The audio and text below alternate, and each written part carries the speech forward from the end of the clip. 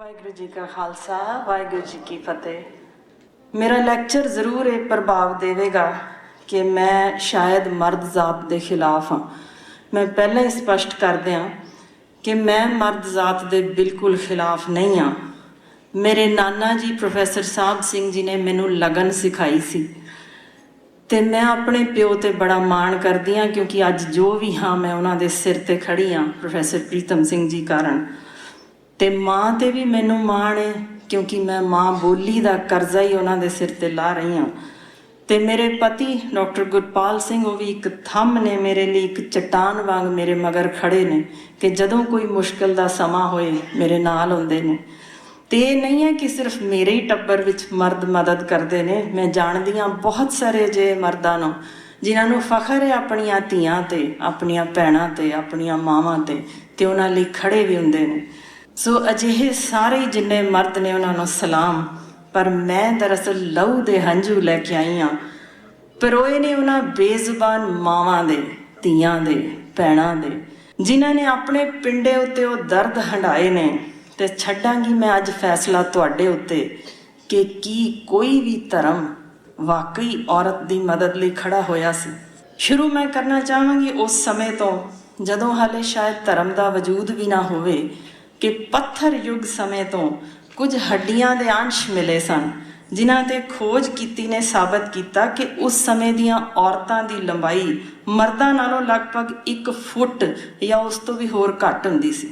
ਜਦੋਂ ਖੋਜ ਕੀਤੀ ਗਈ ਤਾਂ ਲੱਭਿਆ ਕਿ ਉਹਨਾਂ ਦੀਆਂ ਹੱਡੀਆਂ ਵਿੱਚ ਖੁਰਾਕ ਦੀ ਕਮੀ ਦੇ ਲੱਛਣ ਸਨ। ਖੋਜ ਤਾਂ ਇਸ ਪਾਸੇ ਵੀ ਇਸ਼ਾਰਾ ਕਰਦੀ ਸੀ ਕਿ ਉਸ ਸਮੇਂ ਦੀ ਔਰਤ ਨੂੰ ਇੱਕ ਬੇਲੋੜੀ ਚੀਜ਼ ਤੇ ਸਿਰਫ ਕਬੀਲੇ ਦੀ ਗਿਣਤੀ ਵਧਾਉਣ ਦਾ ਇੱਕ ਜ਼ਰੀਆ ਹੀ ਮੰਨਿਆ ਗਿਆ ਸੀ। ਤੇ ਜਦੋਂ ਵੀ ਲੜਾਈ ਦਾ ਮੌਕਾ ਹੁੰਦਾ ਸੀ, ਕਬੀਲੇ ਅਗਾਂਹ ਤੁਰਦੇ ਸੀ ਤੇ ਨਿੱਕੀਆਂ ਬੱਚੀਆਂ ਨੂੰ ਉੱਥੇ ਹੀ ਛੱਡ ਜਾਂਦੇ ਸਨ ਕਿ ਜਾਨਵਰ ਖਾ ਜਾਣਗੇ, ਖਤਮ ਹੋ ਜਾਣਗੀਆਂ। ਇਹਨਾਂ ਨੇ ਤਾਂ ਸਿਰਫ ਢਿੱਡ ਹੀ ਭਰਨੇ ਨੇ, ਹੋਰ ਇਹਨਾਂ ਦਾ ਕੋਈ ਕੰਮ ਨਹੀਂ। ਮਰਦ ਨੇ ਹੀ ਲੜਨਾ ਤੇ ਕਬੀਲੇ ਨੂੰ ਬਚਾਉਣਾ। ਇਸ ਗੱਲ ਦੀ ਪੁਸ਼ਟੀ ਹੋ ਚੁੱਕੀ ਹੈ ਕਿ ਨਵ ਜੰਮੀਆਂ ਕੁੜੀਆਂ ਨੂੰ ਮਾਰਨ ਦਾ ਸਿਲਸਿਲਾ ਉਸ ਸਮੇਂ ਵੀ ਵੱਡੀ ਪੱਧਰ ਉੱਤੇ ਚਾਲੂ ਸੀ।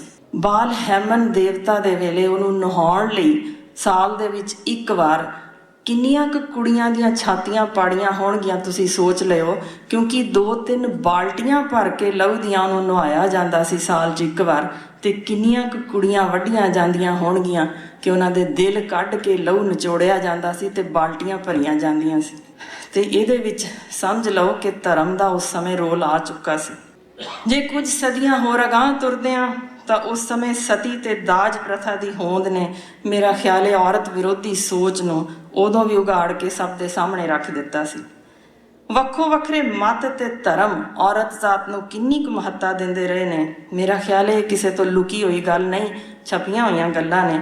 ਤੇ ਇਹ ਸਭ ਕਾਸੇ ਨਾਲੇ ਪੱਕੇ ਭਰਮ ਪਾਲ ਦਿੱਤੇ ਗਏ ਸਨ ਕਿ ਔਰਤ ਮਰਦ ਦੇ ਸਾਹਮਣੇ ਇੱਕ ਦਾਸੀ ਤੋਂ ਵੱਧ ਹੈਸੀਅਤ ਰੱਖਦੀ ਹੋਈ ਨਹੀਂ। ਤੇ ਦੂਜੇ ਪਾਸੇ ਔਰਤ ਦੇ ਮਨ ਉੱਤੇ ਪੱਥਰ ਦੇ ਵਾਂਗ ਪੱਕੀ ਜਿਵੇਂ ਲਕੀਰ ਪਾਈ ਜਾਂਦੀ ਹੈ, ਇਹ ਛਾਪ ਦਿੱਤਾ ਗਿਆ ਕਿ ਮਰਦ ਉਸ ਦਾ ਬਾਦਸ਼ਾਹ ਹੈ ਤੇ ਉਸ ਦੀ ਗੁਲਾਮ ਹੈ। ਮਨੂ ਸਮ੍ਰਿਤੀ ਵਿੱਚ ਔਰਤ ਪ੍ਰਤੀ ਜਿੰਨਾ ਜ਼ਹਿਰ ਭਰਿਆ ਗਿਆ ਹੈ ਸ਼ਾਇਦ ਕਿਸੇ ਹੋਰ ਥਾਂ ਨਾ ਲੱਭਿਆ ਜਾ ਸਕੇ। ਕੁਝ ਕੁ ਗੱਲਾਂ ਦਾ ਮੈਂ ਜ਼ਿਕਰ ਜ਼ਰੂਰ ਕਰਾਂਗੀ ਕਿ ਜੇ ਪਤੀ ਸੁਰਗਵਾਸ ਹੋ ਜਾਏ ਤਾਂ ਔਰਤ ਕੰਧ ਮੂਲ ਖਾ ਕੇ ਤਨ ਸੁਕਾ ਲਵੇ। ਦੂਜਾ ਪਤੀ ਬਣਾਉਣ ਨਾਲ ਪ੍ਰਲੋਕ ਵਿੱਚ ਗਿੱਦੜ ਜੂਨੀ ਪੈਂਦੀ। ਜੇ ਪਤਨੀ ਆਪਣੇ ਜੁਆਰੀਏ, ਸ਼ਰਾਬੀ ਜਾਂ ਬਿਮਾਰ ਪਤੀ ਦੀ ਸੇਵਾ ਨਹੀਂ ਕਰਦੀ ਤਾਂ ਉਸਦੇ ਜ਼ੇਵਰ ਖੋਹ ਕੇ ਉਹਨੂੰ ਘਰੋਂ ਬਾਹਰ ਕੱਢ ਦਿਓ। ਪਰ ਜੇ ਪਤਨੀ ਬਿਮਾਰ ਹੋਏ ਤਾਂ ਪਤੀ ਉਸਨੂੰ ਛੱਡ ਕੇ ਦੂਜਾ ਵਿਆਹ ਕਰਵਾ ਲਵੇ, ਤੇ ਜੇ ਪਤਨੀ ਰੋਕੇ ਤਾਂ ਉਸਨੂੰ ਘਰੋਂ ਬਾਹਰ ਕੱਢ ਦਿਓ। ਸਮਾਜ ਵਿੱਚ ਔਰਤ ਅੱਖਾਂ ਉਤਾਂਹ ਨਹੀਂ ਚੁੱਕ ਸਕਦੀ ਤੇ ਉਹ ਗੁਲਾਮ, ਵਰਤਣ ਵਾਲੀ ਸ਼ੈ, ਦਾਸੀ ਤੇ ਬੱਚੇ ਪੈਦਾ ਕਰਨ ਵਾਲੀ ਮਸ਼ੀਨ ਤੋਂ ਵੱਧ ਕੁਝ ਵੀ ਨਹੀਂ। ਇਸਤਰੀ ਵਿੱਦਿਆ ਲੈਣ ਦੀ ਹੱਕਦਾਰ ਨਹੀਂ। ਇਸਤਰੀ ਦਾ ਕੰਮ ਸਿਰਫ ਪਤੀ ਲਈ ਲੜਕਾ ਪੈਦਾ ਕਰਨਾ ਹੈ, ਭਾਵੇਂ ਪਤੀ ਦੇ ਰਿਸ਼ਤੇਦਾਰ ਨਾਲ ਨਿਯੋਗ ਰਾਹੀਂ ਹੀ ਲੈਣਾ ਪਵੇ। 24 ਸਾਲ ਦੇ ਮਰਦ ਨੂੰ 8 ਸਾਲ ਦੀ ਤੇ 30 ਸਾਲ ਦੇ ਮਰਦ ਨੂੰ 12 ਸਾਲ ਦੀ ਲੜਕੀ ਨਾਲ ਵਿਆਹ ਕਰਨਾ ਜਾਇਜ਼ ਮੰਨਿਆ ਗਿਆ ਸੀ। ਵਿਆਹ ਸਮੇਂ ਕੁੜੀ ਉੱਤੇ ਮਨੂ ਜੀ ਮੁਤਾਬਕ ਇੰਨਾ ਕੁ ਭਾਰ ਪਾਉਣਾ ਚਾਹੀਦਾ ਹੈ ਕਿ ਉਹਦੀ ਸੋਝੀ ਖਤਮ ਹੋ ਜਾਏ ਤੇ ਉਹਦਾ ਸਿਰਫ ਕੰਮ ਇਹੀ ਰਹੇ ਕਿ ਉਹਨੇ ਪਤੀ ਦੀ ਸੇਵਾ ਕਰਨੀ ਹੈ, ਬੱਚੇ ਜੰਮਣੇ ਹੈ, ਕੱਪੜੇ ਧੋਣੇ ਨੇ, ਰੋਟੀ ਪਕਾਉਣੀ ਹੈ ਜਾਂ ਭਾਂਡੇ ਮਾਂਜਣੇ ਨੇ। ਜੇ ਪਤਨੀ ਦਾ ਕਿਸੇ ਹੋਰ ਨਾਲ ਸੰਬੰਧ ਹੋ ਜਾਏ ਤਾਂ ਉਹਨੂੰ ਕੁੱਤਿਆਂ ਕੋਲੋਂ ਪੜਵਾ ਦੇਣਾ ਚਾਹੀਦਾ ਹੈ। ਪਤਨੀ ਜੇ ਕੋਈ ਗਲਤੀ ਕਰੇ ਤਾਂ ਉਸਨੂੰ ਰੱਸੇ ਜਾਂ ਪਾਟੇ ਹੋਏ ਬਾਂਸ ਨਾਲ ਕੁੱਟਣਾ ਚਾਹੀਦਾ ਹੈ। ਬਿਨਾਂ ਔਲਾਦ ਵਿਧਵਾ ਨੂੰ ਮਰ ਚੁੱਕੇ ਪਤੀ ਨੂੰ ਸ਼ਾਂਤੀ ਦੇਣ ਲਈ ਲੜਕਾ ਪੈਦਾ ਕਰਨਾ ਜ਼ਰੂਰੀ ਹੈ। ਇਸ ਲਈ ਕੋਈ ਵੀ ਮਰਦ ਉਸ ਕੋਲ ਰਾਤ ਨੂੰ ਆ ਸਕਦਾ ਹੈ, ਤੇ ਜੇ ਕਿਤੇ ਲੜਕੀ ਪੈਦਾ ਹੋਏ ਤਾਂ ਔਰਤ ਉਦੋਂ ਤੱਕ ਕਿਸੇ ਨਾ ਕਿਸੇ ਨਾਲ ਨਿਯੋਗ ਕਰੇ ਜਦ ਤੱਕ ਲੜਕਾ ਪੈਦਾ ਨਾ ਹੋ ਜਾਏ। ਜੇ ਪਤੀ ਦੀ ਚਿਖਾ ਹਾਲੇ ਬਲ ਰਹੀ ਹੋਏ ਤਾਂ ਵੀ ਪਤੀ ਨਵਾਂ ਵਿਆਹ ਕਰਾ ਸਕਦਾ ਹੈ। ਮੈਂ ਜ਼ਿਕਰ ਕਰਨਾ ਚਾਹੁੰਦੀ ਹਾਂ ਹੋਰ ਵੱਖੋ ਵੱਖਰੇ ਧਰਮ ਗ੍ਰੰਥਾਂ ਦੀ ਵੀ। ਜੇ ਤੁਹਾਨੂੰ ਲੱਗਦਾ ਹੈ ਕਿ ਸਿਰਫ ਮਨੂ ਜੀ ਹੀ ਅਜਿਹੀ ਸੋਚ ਰੱਖਦੇ ਸਨ ਤਾਂ ਦੱਸਿਆ ਗਿਆ ਹੈ। ਮੈਂ ਪਹਿਲਾਂ ਜ਼ਿਕਰ ਕਰਦਿਆਂ ਕਿ ਨਿਸ਼ਾਨ ਸਿੰਘ ਜੌਲ ਜੀ ਦੀ ਮੈਂ ਧੰਨਵਾਦ ਕਰਦੀ ਹਾਂ ਕਿ ਜਿਨ੍ਹਾਂ ਨੇ ਮਦਦ ਕੀਤੀ ਮੈਨੂੰ ਇਹ ਸਾਰੇ ਅੰਕੜੇ ਇਕੱਠੇ ਕਰਨ ਵਿੱਚ। ਦੱਸਿਆ ਗਿਆ ਹੈ ਕਿ ਪਦਮ ਪੁਰਾਣ ਵਿੱਚ ਇੱਕ ਥਾਂ ਜ਼ਿਕਰ ਆਉਂਦਾ ਹੈ ਕਿ ਪਤੀ ਭਾਵੇਂ ਬੁੱਢਾ ਹੋਵੇ, ਕਰੂਪ ਹੋਵੇ, ਲੰਗੜਾ, ਕੋੜੀ ਹੋਵੇ, ਡਾਕੂ, ਚੋਰ, ਕਾਤਲ, ਸ਼ਰਾਬੀ, ਜੂਏਬਾਜ਼, ਰੰਡੀਬਾਜ਼, ਸ਼ਰੇਆਮ ਪਾਪ ਕਰਦਾ ਹੋਏ, ਪਰ ਪਤਨੀ ਨੂੰ ਫਿਰ ਵੀ ਉਸਨੂੰ ਪਰਮਾਤਮਾ ਵਾਂਗ ਪੂਜਣਾ ਚਾਹੀਦਾ ਹੈ। ਤੁਲਸੀ ਰਾਮਾਇਣ ਵਿੱਚ ਲਿਖਿਆ ਹੈ, ਢੋਰ ਪਸ਼ੂ ਸ਼ੂਦਰ ਔਰ ਨਾਰੀ ਚਾਰੇ ਤਾੜਨ ਕੇ ਅਧਿਕਾਰੀ। ਇੱਕ ਹੋਰ ਥਾਂ ਲਿਖਿਆ ਹੈ ਕਿ ਇਸਤਰੀ ਦਾ ਹਿਰਦਾ ਹਰ ਤਰ੍ਹਾਂ ਦੇ ਪਾਪਾਂ ਅਤੇ ਔਗੁਣਾਂ ਦੀ ਖਾਨ ਹੁੰਦਾ ਹੈ। ਯੁਜਰਵੇਦ ਵਿੱਚ ਇੱਕ ਥਾਂ ਜ਼ਿਕਰ ਆਉਂਦਾ ਹੈ ਕਿ ਆਦਮੀ ਇੱਕ ਤੋਂ ਵੱਧ ਇਸਤਰੀਆਂ ਨਾਲ ਸ਼ਾਦੀ ਕਰ ਸਕਦਾ ਹੈ, ਪਰ ਇਸਤਰੀ ਇੱਕ ਤੋਂ ਵੱਧ ਆਦਮੀ ਨਾਲ ਜ਼ਿੰਦਗੀ ਭਰ ਵਿਆਹ ਨਹੀਂ ਕਰ ਸਕਦੀ। ਇਸਲਾਮ ਵਿੱਚ ਜ਼ਿਕਰ ਮਿਲਦਾ ਹੈ, ਮਸੀਤ ਵਿੱਚ ਔਰਤ ਇਮਾਮ ਉਪਦੇਸ਼ ਨਹੀਂ ਦੇ ਸਕਦੀ, ਭਾਵ ਕਿ ਔਰਤ ਦਾ ਕਿਸੇ ਧਾਰਮਿਕ ਸਥਾਨ ਦੇ ਅੰਦਰ ਜਾਣਾ ਮਨਾ ਹੈ।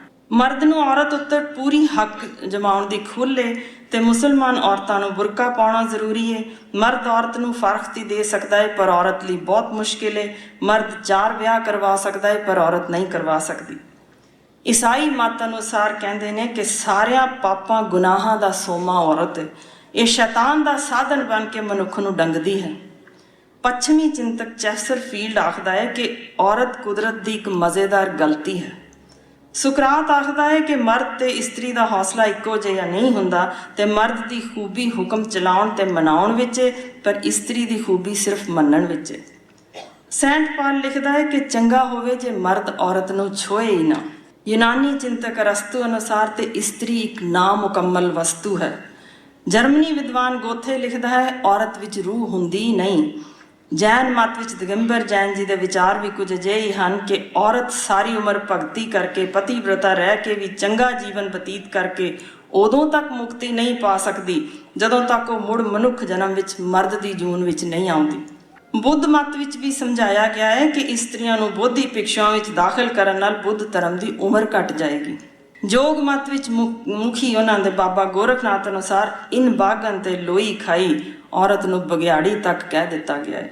ਇਹਨਾਂ ਤੱਥਾਂ ਤੋਂ ਬਾਅਦ ਜ਼ਰਾ ਧਿਆਨ ਮਾਰੀਏ ਕਿ ਸਿੱਖ ਧਰਮ ਕੀ ਕਹਿੰਦਾ ਹੈ। ਇਹਦੇ ਵਿੱਚ ਇੰਨਾ ਕੁ ਤਾਂ ਸਾਨੂੰ ਸਭ ਨੂੰ ਪਤਾ ਹੀ ਹੈ ਕਿ ਉਹ ਸਮਾਂ ਜਦੋਂ ਔਰਤ ਜ਼ਾਤ ਦੀ ਜ਼ਿੰਦਗੀ ਪਰਦੇ ਪਿੱਛੇ ਲੰਘਿਆ ਕਰਦੀ ਸੀ ਤੇ ਔਰਤ ਨੂੰ ਬੱਚੇ ਪੈਦਾ ਕਰਨ ਦੀ ਮਸ਼ੀਨ ਤੋਂ ਉੱਪਰ ਦਰਜਾ ਹੀ ਨਹੀਂ ਸੀ ਦਿੱਤਾ ਗਿਆ, ਉਸ ਸਮੇਂ ਦੀ ਸ਼ੇਰਨੀ ਮਾਈ ਭਾਗੋ, ਜਿਸ ਦੇ ਬਚਪਨ ਦਾ ਖਿਡੌਣਾ ਨੇਜ਼ਾ ਸੀ ਤੇ ਜਿਹੜੀ ਸ੍ਰੀ ਗੁਰੂ ਗੋਬਿੰਦ ਸਿੰਘ ਜੀ ਨਾਲ ਮੋਢਾ ਜੋੜ ਕੇ ਲੜਾਈ ਦੇ ਮੈਦਾਨ ਵਿੱਚ ਆਪਣੀਆਂ ਸਾਥਣ ਸ਼ੇਰਨੀਆਂ ਨਾਲ ਜੂਝੀ ਤੇ ਛਾਤੀ ਉੱਤੇ ਵਾਰ ਵੀ ਖਾਧਾ, ਤੇ ਉਸੇ ਸ਼ੇਰਨੀ ਦੀ ਵੰਗਾਰ ਸੀ ਕਿ ਗੁਰੂ ਸਾਹਿਬ ਦਾ ਸਾਥ ਛੱਡ ਕੇ ਆਏ 40 ਸਿੰਘ ਮੁਕਤੇ ਕਹਿਲਾਏ ਗਏ। ਇਹ ਤੇ ਵਾਪਰ ਚੁੱਕਾ ਹੈ। ਪਰ ਜਦੋਂ ਔਰਤ ਨੂੰ ਪੈਰ ਦੀ ਜੁੱਤੀ ਸਮਝਦੇ ਹੋਏ ਧੀ ਦਾ ਜੰਮਣਾ ਵੀ ਅਪਸ਼ਗਨ ਮੰਨਿਆ ਗਿਆ ਸੀ, ਉਦੋਂ ਪਹਿਲੇ ਸਿੱਖ ਗੁਰੂ ਸਾਹਿਬ ਜੀ ਨੇ ਔਰਤ ਦੇ ਹੱਕ ਵਿੱਚ ਆਵਾਜ਼ ਚੁੱਕੀ ਤੇ ਉਹਨਾਂ ਵਿੱਚ ਤਾਕਤ ਸੀ ਕਿ ਮੁਗਲਾਂ ਦੇ ਰਾਜ ਵਿੱਚ ਉਹਨਾਂ ਦੇ ਰਾਜੇ ਬਾਬਰ ਨੂੰ ਜਾਬਰ ਕਹਿ ਸਕਣ। ਉਸ ਵੇਲੇ ਦਾ ਮੁਹਾਵਰਾ ਜਿਹੜਾ ਲੋਕਾਂ ਨੂੰ ਛੇਤੀ ਸਮਝ ਆ ਸਕਦਾ ਸੀ, ਉਹ ਵਰਤ ਕੇ ਜਤਾਇਆ ਕਿ ਇਸਤਰੀ ਦੀ ਜ਼ਾਤ ਕਿੰਨੀ ਸਨਮਾਨਯੋਗ ਹੈ। ਉਹਨਾਂ ਕਿਹਾ, ਉਹ ਭਲਿਓ ਲੋਕੋ ਜਿਨ੍ਹਾਂ ਨੂੰ ਮਾਰ ਰਹੇ ਹੋ, ਇਹ ਤੇ ਰਾਜੇ ਮਹਾਰਾਜੇ ਦੀਆਂ ਜਨਮਦਾਤੀਆਂ ਨੇ। ਉਹਨਾਂ ਆਵਾਜ਼ ਚੁੱਕੀ ਕਿ ਔਰਤ ਪੈਰ ਦੀ ਜੁੱਤੀ ਨਹੀਂ ਬਲਕਿ ਗ੍ਰਸਤ ਜੀਵਨ ਦਾ ਆਧਾਰ ਹੁੰਦੀ ਹੈ। ਉਹਨਾਂ ਔਰਤ ਦੇ ਮਾਨ ਸਨਮਾਨ ਵਿੱਚ ਵਾਧਾ ਕਰਦੇ ਹੋਏ ਆਪਣੀ ਭੈਣ ਬੀਬੀ ਨਾਨਕੀ ਨੂੰ ਵੀ ਆਦਰ ਨਾਲ ਬੇਬੇ ਕਿਹਾ ਸੀ। ਸਤੀ ਦੇ ਰਿਵਾਜ ਕਾਰਨ ਜਦੋਂ ਇੱਕੋ ਬੰਦੇ ਨਾਲ ਵਿਆਹੀਆਂ ਕਈ ਔਰਤਾਂ ਇੱਕੋ ਵੇਲੇ ਜ਼ਿੰਦਾ ਸਾੜ ਦਿੱਤੀਆਂ ਜਾਂਦੀਆਂ ਸਨ, ਉਦੋਂ ਵੀ ਗੁਰੂ ਅਮਰਦਾਸ ਜੀ ਨੇ ਸਭ ਤੋਂ ਪਹਿਲਾਂ ਇਸ ਸਤੀ ਪ੍ਰਥਾ ਦਾ ਖੰਡਨ ਕੀਤਾ ਸੀ ਤਾਂ ਜੋ ਔਰਤ ਜ਼ਾਤ ਦਾ ਕਤਲੇਆਮ ਹੋਣਾ ਬੰਦ ਹੋ ਜਾਏ। ਗੁਰੂ ਅੰਗਦ ਦੇਵ ਜੀ ਨੇ ਵੀ ਇਸਤਰੀ ਦਾ ਮਹੱਤਵ ਵਧਾਉਣ ਲਈ ਲੰਗਰ ਦੀ ਸੇਵਾ ਆਪਣੀ ਧਰਮ ਪਤਨੀ ਮਾਤਾ ਖੀਵੀ ਜੀ ਨੂੰ ਸੌਂਪੀ ਸੀ ਤੇ ਮਾਤਾ ਸਾਹਿਬ ਕੌਰ ਜੀ ਨੂੰ ਖਾਲਸੇ ਦੀ ਮਾਤਾ ਹੋਣ ਦਾ ਮਾਣ ਪ੍ਰਾਪਤ ਹੋਇਆ ਸੀ। ਮਾਤਾ ਸੁੰਦਰੀ ਜੀ ਵੀ ਖਾਲਸੇ ਦੀ ਅਗਵਾਈ ਕਰਦੇ ਰਹੇ ਸਨ।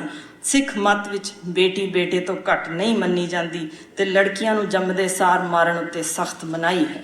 ਸਦਾ ਕੌਰ ਕਮਾਂਡਰ ਇਨ ਚੀਫ ਤੇ ਬੀਬੀ ਖੇਮ ਕੌਰ ਨੇ ਵੀ ਸੈਨਾ ਵਿੱਚ ਜਨਰਲ ਦੀ ਭੂਮਿਕਾ ਨਿਭਾ ਕੇ ਸਾਬਤ ਕਰ ਦਿੱਤਾ ਕਿ ਇਸ ਧਰਮ ਦੀਆਂ ਔਰਤਾਂ ਲਈ ਕੁਝ ਵੱਖਰੀ ਸੋਚ ਮੌਜੂਦ ਹੈ। ਸ਼ਾਇਦ ਤੁਹਾਨੂੰ ਖੁਸ਼ੀ ਹੋਵੇ ਹੁਣ ਇਹ ਸਾਰਾ ਕੁਝ ਸੁਣ ਕੇ ਕਿ ਇਸ ਧਰਮ ਦੀਆਂ ਔਰਤਾਂ ਕੁਝ ਵੱਖਰੀਆਂ ਨੇ ਬਾਕੀਆਂ ਨਾਲੋਂ, ਪਰ ਸੱਚ ਬਹੁਤ ਕੌੜਾ ਹੈ। ਇਹਨੂੰ ਸੁਣਨਾ ਤੇ ਸਹਿਣਾ ਵੀ ਕੋਈ ਹੀ ਕਰ ਸਕਦਾ ਹੈ। ਹਕੀਕਤ ਇਹ ਹੈ ਕਿ ਇਹ ਸਾਰੇ ਤੱਥ ਜੋ ਮੈਂ ਸੁਣਾਏ ਨੇ ਕਿਤੇ ਨਾ ਕਿਤੇ ਦਫਨ ਹੋਏ ਪਏ ਨੇ। ਤੇ ਜੋ ਔਰਤ ਦੀ 21ਵੀਂ ਸਦੀ ਵਿੱਚ ਜੋ ਕਿਸ ਹਾਲ 'ਚ ਹੈ, ਜੋ ਮੇਰਾ ਅੱਜ ਦਾ ਲੈਕਚਰ ਹੈ ਉਹੀ ਮੈਂ ਦੱਸਣ ਲੱਗੀ ਹਾਂ। ਫਿਰ ਵੇਖਿਓ, ਤੁਸੀਂ ਫੈਸਲਾ ਕਰਿਓ ਕਿ ਕਿਹੜਾ ਧਰਮ ਅਗਾਂਹ ਆ ਰਿਹਾ ਹੈ ਔਰਤ ਜ਼ਾਤ ਨੂੰ ਬਚਾਉਣ ਲਈ। ਤੇ ਜੋ ਜ਼ੁਲਮ, ਜੋ ਖਬਰਾਂ ਛਪੀਆਂ ਮੈਂ ਤੁਹਾਨੂੰ ਸੁਣਾਵਾਂਗੀ, ਤਾਂ ਤੁਸੀਂ ਵੀ ਦੱਸਿਓ ਕਿ ਕਿਹੜੇ ਕਿਹੜੇ ਧਾਰਮਿਕ ਸੰਸਥਾ ਨੇ ਉਸ ਲਈ ਆਵਾਜ਼ ਚੁੱਕੀ ਸੀ। ਮੈਂ ਆਈ ਹਾਂ ਉਸ ਦੇਸ਼ ਦੇ ਵਿੱਚੋਂ ਜਿੱਥੇ ਦੀ ਸੁਪਰੀਮ ਕੋਰਟ ਇਸ ਵੇਲੇ ਫੈਸਲਾ ਲੈਣ ਲਈ ਮਜਬੂਰ ਹੋ ਗਈ ਹੈ ਕਿ ਦਾਜ ਖਾਤਰ ਸੜ ਰਹੀਆਂ ਔਰਤਾਂ ਦੀ ਘਟਨਾਵਾਂ ਇੰਨੀ ਕੁ ਆਮ ਗੱਲ ਬਣ ਗਈ ਹੈ ਕਿ ਇਸ ਵਾਸਤੇ ਹੁਣ ਮੌਤ ਦੀ ਸਜ਼ਾ ਮਿਲਣੀ ਚਾਹੀਦੀ ਹੈ। ਇਹ ਨਾ ਸੋਚ ਲਿਓ ਕਿਤੇ ਕਿ ਔਰਤਾਂ ਉੱਤੇ ਜ਼ੁਲਮ ਸਿਰਫ ਵਿਕਾਸਸ਼ੀਲ ਦੇਸ਼ਾਂ ਵਿੱਚ ਹੀ ਹੁੰਦੇ ਨੇ, ਬਲਕਿ ਵਿਕਸਿਤ ਦੇਸ਼ਾਂ ਦੀਆਂ ਢੇਰ ਸਾਰੀਆਂ ਔਰਤਾਂ ਇਸ ਵੇਲੇ ਘਰੇਲੂ ਹਿੰਸਾ ਦਾ ਸ਼ਿਕਾਰ ਹੋ ਰਹੀਆਂ ਨੇ। ਤੇ ਇਸ ਵੇਲੇ ਮੈਡੀਕਲ ਬੁਲੇਟਿਨ ਦੱਸਦੇ ਨੇ ਕਿ ਜਿਵੇਂ ਸਾਈਕੈਟਰੀ ਦੇ ਵਿੱਚ ਜੋ ਵਿਕਸਿਤ ਦੇਸ਼ਾਂ ਦੀਆਂ ਔਰਤਾਂ ਵੀ ਪਹੁੰਚ ਰਹੀਆਂ ਨੇ ਘਰੇਲੂ ਹਿੰਸਾ ਦਾ ਸ਼ਿਕਾਰ ਹੋ ਕੇ, ਉਹਨਾਂ ਦੀ ਗਿਣਤੀ ਵੀ 68% ਪਹੁੰਚੀ ਪਈ ਹੈ।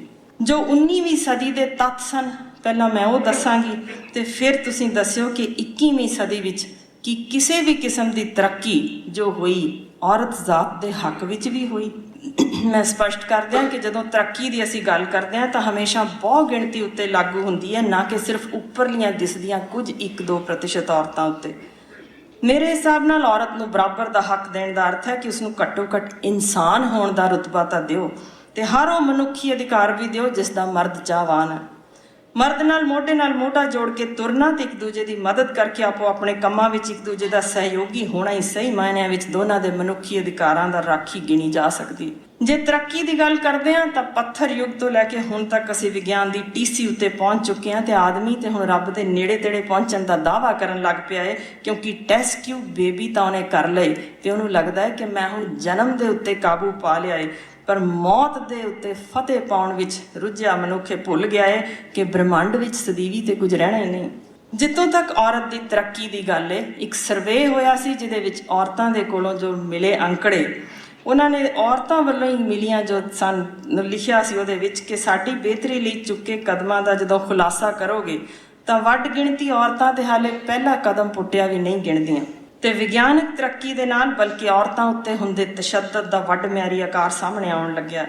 ਮੁਨਕਰ ਹੋਣ ਤੋਂ ਪਹਿਲਾਂ ਮੇਰੇ ਤੱਥ ਸੁਣ ਲਿਓ ਕਿ ਬਹੁ ਗਿਣਤੀ ਔਰਤਾਂ ਇਸ ਵੇਲੇ ਆਜ਼ਾਦੀ ਨੂੰ ਮਹਿਸੂਸ ਕੀਤੇ ਬਗੈਰ ਦਮ ਤੋੜ ਰਹੀਆਂ ਨੇ ਤੇ ਮਰਦਾਂ ਹੱਥੋਂ ਜ਼ੁਲਮ ਸਹਿੰਦੀਆਂ ਸੀ ਤੱਕ ਨਹੀਂ ਕਰਦੀਆਂ। 19ਵੀਂ ਸਦੀ ਵਿੱਚ ਇਤਿਹਾਸ ਵਿੱਚ ਜ਼ਿਕਰ ਮਿਲਦਾ ਹੈ ਕਿ ਇੱਕ ਮਰਦ ਦੀ ਮੌਤ ਉੱਤੇ 400 ਔਰਤਾਂ ਨੂੰ ਸਤੀ ਪ੍ਰਥਾ ਤਹਿਤ ਅੱਗ ਵਿੱਚ ਝੋਂਕ ਦਿੱਤਾ ਗਿਆ ਸੀ। ਹੁਣ ਵਿਗਿਆਨਕ ਯੁੱਗ ਵਿੱਚ ਮੀਡੀਆ ਅਨੁਸਾਰ ਜਾਂ ਤਾਂ ਔਰਤ ਨੂੰ ਤੰਦੂਰ ਵਿੱਚ ਭੁੰਨਿਆ ਜਾਂਦਾ ਹੈ ਜਾਂ ਗੈਸ ਦੇ ਵਿੱਚ ਤੇ ਜਾਂ ਫਿਰ ਸਟੋਵ ਫਾੜ ਕੇ ਰਸੋਈ ਵਿੱਚ ਸਾੜ ਦਿੱਤਾ ਜਾਂਦਾ ਹੈ। ਇਤਿਹਾਸ ਗਵਾਹ ਹੈ ਕਿ ਇੱਕੋ ਸਾਲ ਸਨ 1817 ਵਿੱਚ ਇਕੱਲੇ ਬੰਗਾਲ ਵਿੱਚ 700 ਤੋਂ ਵੱਧ ਵਿਧਵਾ ਇਸਤਰੀਆਂ ਅੱਗ ਦੇ ਭਾਂਬੜਾਂ ਵਿੱਚ ਮੱਚ ਕੇ ਸਤੀ ਹੋ ਗਈਆਂ ਸਨ। ਤੇ ਪਤਾ ਜੇ ਅੱਜ ਕੱਲ੍ਹ ਦਰਜ ਕੀਤੇ ਰਿਕਾਰਡ ਕੀ ਬੋਲਦੇ ਨੇ ਕਿ ਦਾਜ ਖਾਤਰ ਸਾੜੀਆਂ ਜਾ ਰਹੀਆਂ ਔਰਤਾਂ ਦੀ ਗਿਣਤੀ ਇੱਕ ਸਾਲ ਵਿੱਚ 5000 ਤੱਕ ਪਹੁੰਚ ਗਈ ਹੈ। ਤੇ ਮਨੁੱਖੀ ਅਧਿਕਾਰ ਕਮਿਸ਼ਨ ਦੀ ਨੈਸ਼ਨਲ ਕ੍ਰਾਈਮ ਰਿਪੋਰਟ ਤਾਂ ਇਹ ਦੱਸ ਰਹੀ ਹੈ ਕਿ 77 ਮਿੰਟਾਂ ਵਿੱਚ ਇੱਕ ਔਰਤ ਦਾਜ ਖਾਤਰ ਬਲੀ ਚੜ੍ਹ ਰਹੀ ਹੈ। ਕਿਆ ਕਮਾਲ ਦੀ ਅਸੀਂ 21ਵੀਂ ਸਦੀ ਵਿੱਚ ਪਹੁੰਚੇ ਹਾਂ। ਇਤਿਹਾਸਕਾਰ ਇਹ ਵੀ ਸਪਸ਼ਟ ਲਿਖਦੇ ਨੇ ਕਿ ਬਾਲ ਵਿਧਵਾਵਾਂ ਨੂੰ ਭਾਰਤ ਦੇ ਪ੍ਰਾਚੀਨ ਮੰਦਰਾਂ ਵਿੱਚ ਦੇਵਦਾਸੀਆਂ ਬਣਾ ਕੇ ਜਬਰੀ ਪੁਜਾਰੀਆਂ ਦੀ ਕਾਮ ਤ੍ਰਿਸ਼ਨਾ ਦਾ ਸ਼ਿਕਾਰ ਬਣਾਇਆ ਜਾਂਦਾ ਸੀ ਤੇ ਜਿਉਂਦੇ ਜੀ ਨਰਕ ਭੋਗਣ ਉੱਤੇ ਮਜਬੂਰ ਕੀਤਾ ਜਾਂਦਾ ਸੀ। ਤੇ ਅੱਜ ਕੱਲ੍ਹ ਬੇਹਿਸਾਬ ਅਜਿਹੇ ਗਿਰੋਹਾਂ ਦਾ ਪਰਦਾਫਾਸ਼ ਹੋ ਰਿਹਾ ਹੈ ਤੇ ਕਈਆਂ ਦਾ ਹੋ ਵੀ ਚੁੱਕਿਆ ਹੈ, ਜਿਹੜੇ ਨਾਬਾਲਗ ਬੱਚੀਆਂ ਨੂੰ ਅਗਵਾ ਕਰਕੇ ਅਧੇੜ ਉਮਰ ਦੇ ਅਮੀਰਜ਼ਾਦਿਆਂ ਨੂੰ ਦੇਸ਼ ਦੇ ਅੰਦਰ ਤੇ ਵਿਦੇਸ਼ਾਂ ਵਿੱਚ ਸਪਲਾਈ ਕਰ ਰਹੇ ਨੇ ਜਾਂ ਜਿਸਮ ਫਰੋਸ਼ੀ ਦੇ ਧੰਦੇ ਵੱਲ ਜਬਰੀ ਧੱਕ ਰਹੇ ਨੇ। ਇੱਕ ਕਦਮ ਅਗਾਂਹ ਪੁੱਟਦੇ ਹੋਏ, ਕਿਉਂਕਿ ਸਦੀ 21ਵੀਂ ਆ ਗਈ ਹੈ, ਹੁਣ ਤਾਂ ਮਾਂ ਜਾਂ ਪਿਓ ਹੀ ਆਪਣੀਆਂ ਧੀਆਂ ਨੂੰ ਵੇਚਣ ਤੁਰ ਜਾਂਦੇ ਨੇ ਤਾਂ ਜੋ ਘਰ ਦਾ ਖਰਚਾ ਪੂਰ ਚੜਾਇਆ ਜਾ ਸਕੇ। ਤੇ ਅਜਿਹੇ ਕੇਸ ਮਨੁੱਖੀ ਅਧਿਕਾਰ ਕਮਿਸ਼ਨ ਵਿੱਚ ਦਰਜ ਹੋ ਚੁੱਕੇ ਨੇ ਜਿੱਥੇ ਪਿਓ ਨੇ ਆਪਣੀ ਬੋਤਲ ਸ਼ਰਾਬ ਦਾ ਸਿਰਫ ਕਰਜ਼ਾ ਲਾਉਣ ਲਈ ਆਪਣੀ ਧੀ ਟਰੱਕ ਡਰਾਈਵਰ ਕੋਲ ਵੇਚੀ, ਜਿਹੜੀ ਅੱਗੋਂ ਹਰਿਆਣੇ ਦੇ ਟਰੱਕ ਡਰਾਈਵਰ ਨੇ ਖਰੀਦੀ ਤੇ ਉੱਥੋਂ ਫਿਰ ਉਹ ਬੰਬੇ ਦੇ ਵਿੱਚ ਵਿਕੀ ਜਿਸਮ ਫਰੋਸ਼ੀ ਦੇ ਧੰਦੇ ਵਿੱਚ ਤੇ ਉੱਥੋਂ ਮੀਡੀਆ ਦੀਆਂ ਨਜ਼ਰਾਂ ਵਿੱਚ ਆਈ, ਜਿਸ ਕਰਕੇ ਸਾਹਮਣੇ ਪਤਾ ਲੱਗਿਆ। 80-90 ਸਾਲ ਪਹਿਲਾਂ ਦਾ ਇਤਿਹਾਸਕਾਰਾਂ ਦਾ ਲਿਖਿਆ ਪੜ੍ਹਿਆ ਜਾ ਸਕਦਾ ਹੈ, ਜਦੋਂ ਇਹ ਜ਼ਿਕਰ ਮਿਲਦਾ ਹੈ ਕਿ ਅੰਬਾਲੇ ਨੇੜੇ ਕੁੜੀਆਂ ਦੀ ਗਿਣਤੀ ਦੇ ਘਾਟੇ ਕਾਰਨ ਪਿਓ ਆਪਣੀਆਂ ਧੀਆਂ ਨੂੰ ਨਿਲਾਮ ਕਰਦੇ ਸਨ ਤੇ ਜਾਂ ਦਲਾਲਾਂ ਰਾਹੀਂ ਕਰਦੇ ਸਨ ਤੇ 400 ਬੰਦੇ ਅੰਬਾਲੇ ਦੇ ਨੇੜੇ ਬੱਸ ਸਟੈਂਡ ਦੇ ਕੋਲ ਬੋਲੀ ਲਗਾਇਆ ਕਰਦੇ ਸਨ ਇਹਨਾਂ ਕੁੜੀਆਂ ਦੀ। ਉਦੋਂ ਇਹ ਵੀ ਜ਼ਿਕਰ ਮਿਲਦਾ ਹੈ ਲਿਖਿਆ ਕਿ ਇੱਕ ਇੱਕ ਕੁੜੀ ਕਈ ਵਾਰ 3 ਜਾਂ 4 ਭਰਾਵਾਂ ਵਿੱਚ ਵੰਡੀ ਜਾਂਦੀ ਸੀ। ਅੱਜ ਦੇ ਦਿਨ ਜੇ ਤੁਹਾਨੂੰ ਲੱਗਦਾ ਹੈ ਕੁਝ ਵੱਖਰਾ ਹੋ ਗਿਆ ਹੈ ਤੇ ਮੈਂ ਦੱਸ ਦਿਆਂ ਕਿ ਨੂੰਹਾਂ ਖਰੀਦਣ ਦਾ ਰੁਝਾਨ ਆਮ ਚੀਜ਼ ਬਣ ਚੁੱਕੀ ਹੈ, ਕਿਉਂਕਿ ਕੁੜੀਆਂ ਦੀ ਘਾਟ ਕਾਰਨ ਬਥੇਰੇ ਨੌਜਵਾਨ ਨੇ ਜਿਹੜੇ ਕੁਆਰੇ ਰਹਿ ਚੁੱਕੇ ਨੇ। ਤੇ ਸਾਡੇ ਪੰਜਾਬ ਅੰਦਰ ਵੀ ਅਜਿਹੇ ਕੇਸ ਨੇ ਜਿੱਥੇ ਨੂੰਹਾਂ ਨੂੰ 2 ਭਰਾਵਾਂ ਵਿੱਚ ਵੰਡੇ ਜਾਣ ਬਾਰੇ ਤੱਥ ਸਾਹਮਣੇ ਆ ਚੁੱਕੇ ਨੇ, ਤਾਂ ਜੋ ਜਾਇਦਾਦ ਨਾ ਵੰਡਣੀ ਪਵੇ ਤੇ ਕੁੜੀਆਂ ਮਹਿੰਗੀਆਂ ਬੜੀਆਂ ਮਿਲ ਰਹੀਆਂ ਨੇ।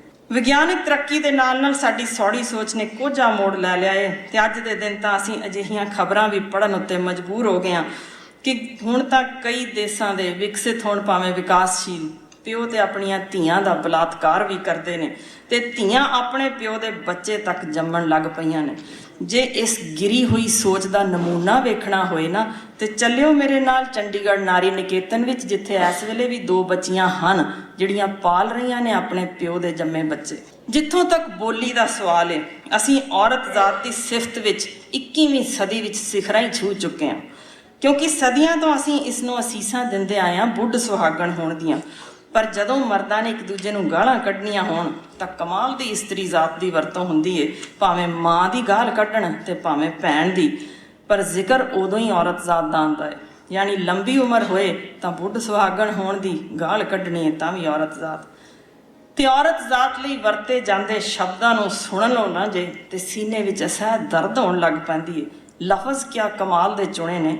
ਵੇਸਵਾ, ਡਾਇਣ, ਪਾਪਣ, ਦੇਵਦਾਸੀ, ਟੂਣੇਹਾਰੀ, ਖੇਖਣਹਾਰੀ, ਛੁੱਟੜ, ਨਾਗਣੀ, ਵਿਧਵਾ, ਬਘਿਆੜੀ, ਪਸ਼ੂਆਂ ਸਮਾਨ, ਨਰਕ ਦੁਆਰੀ, ਗੁੱਤ ਪਿੱਛੇ ਮੱਤ, ਅਰਧਾਂਗਣੀ ਜਾਂ ਅਰਧਾਂਗੀ, ਅੱਧੇ ਅੰਗਾਂ ਵਾਲੀ।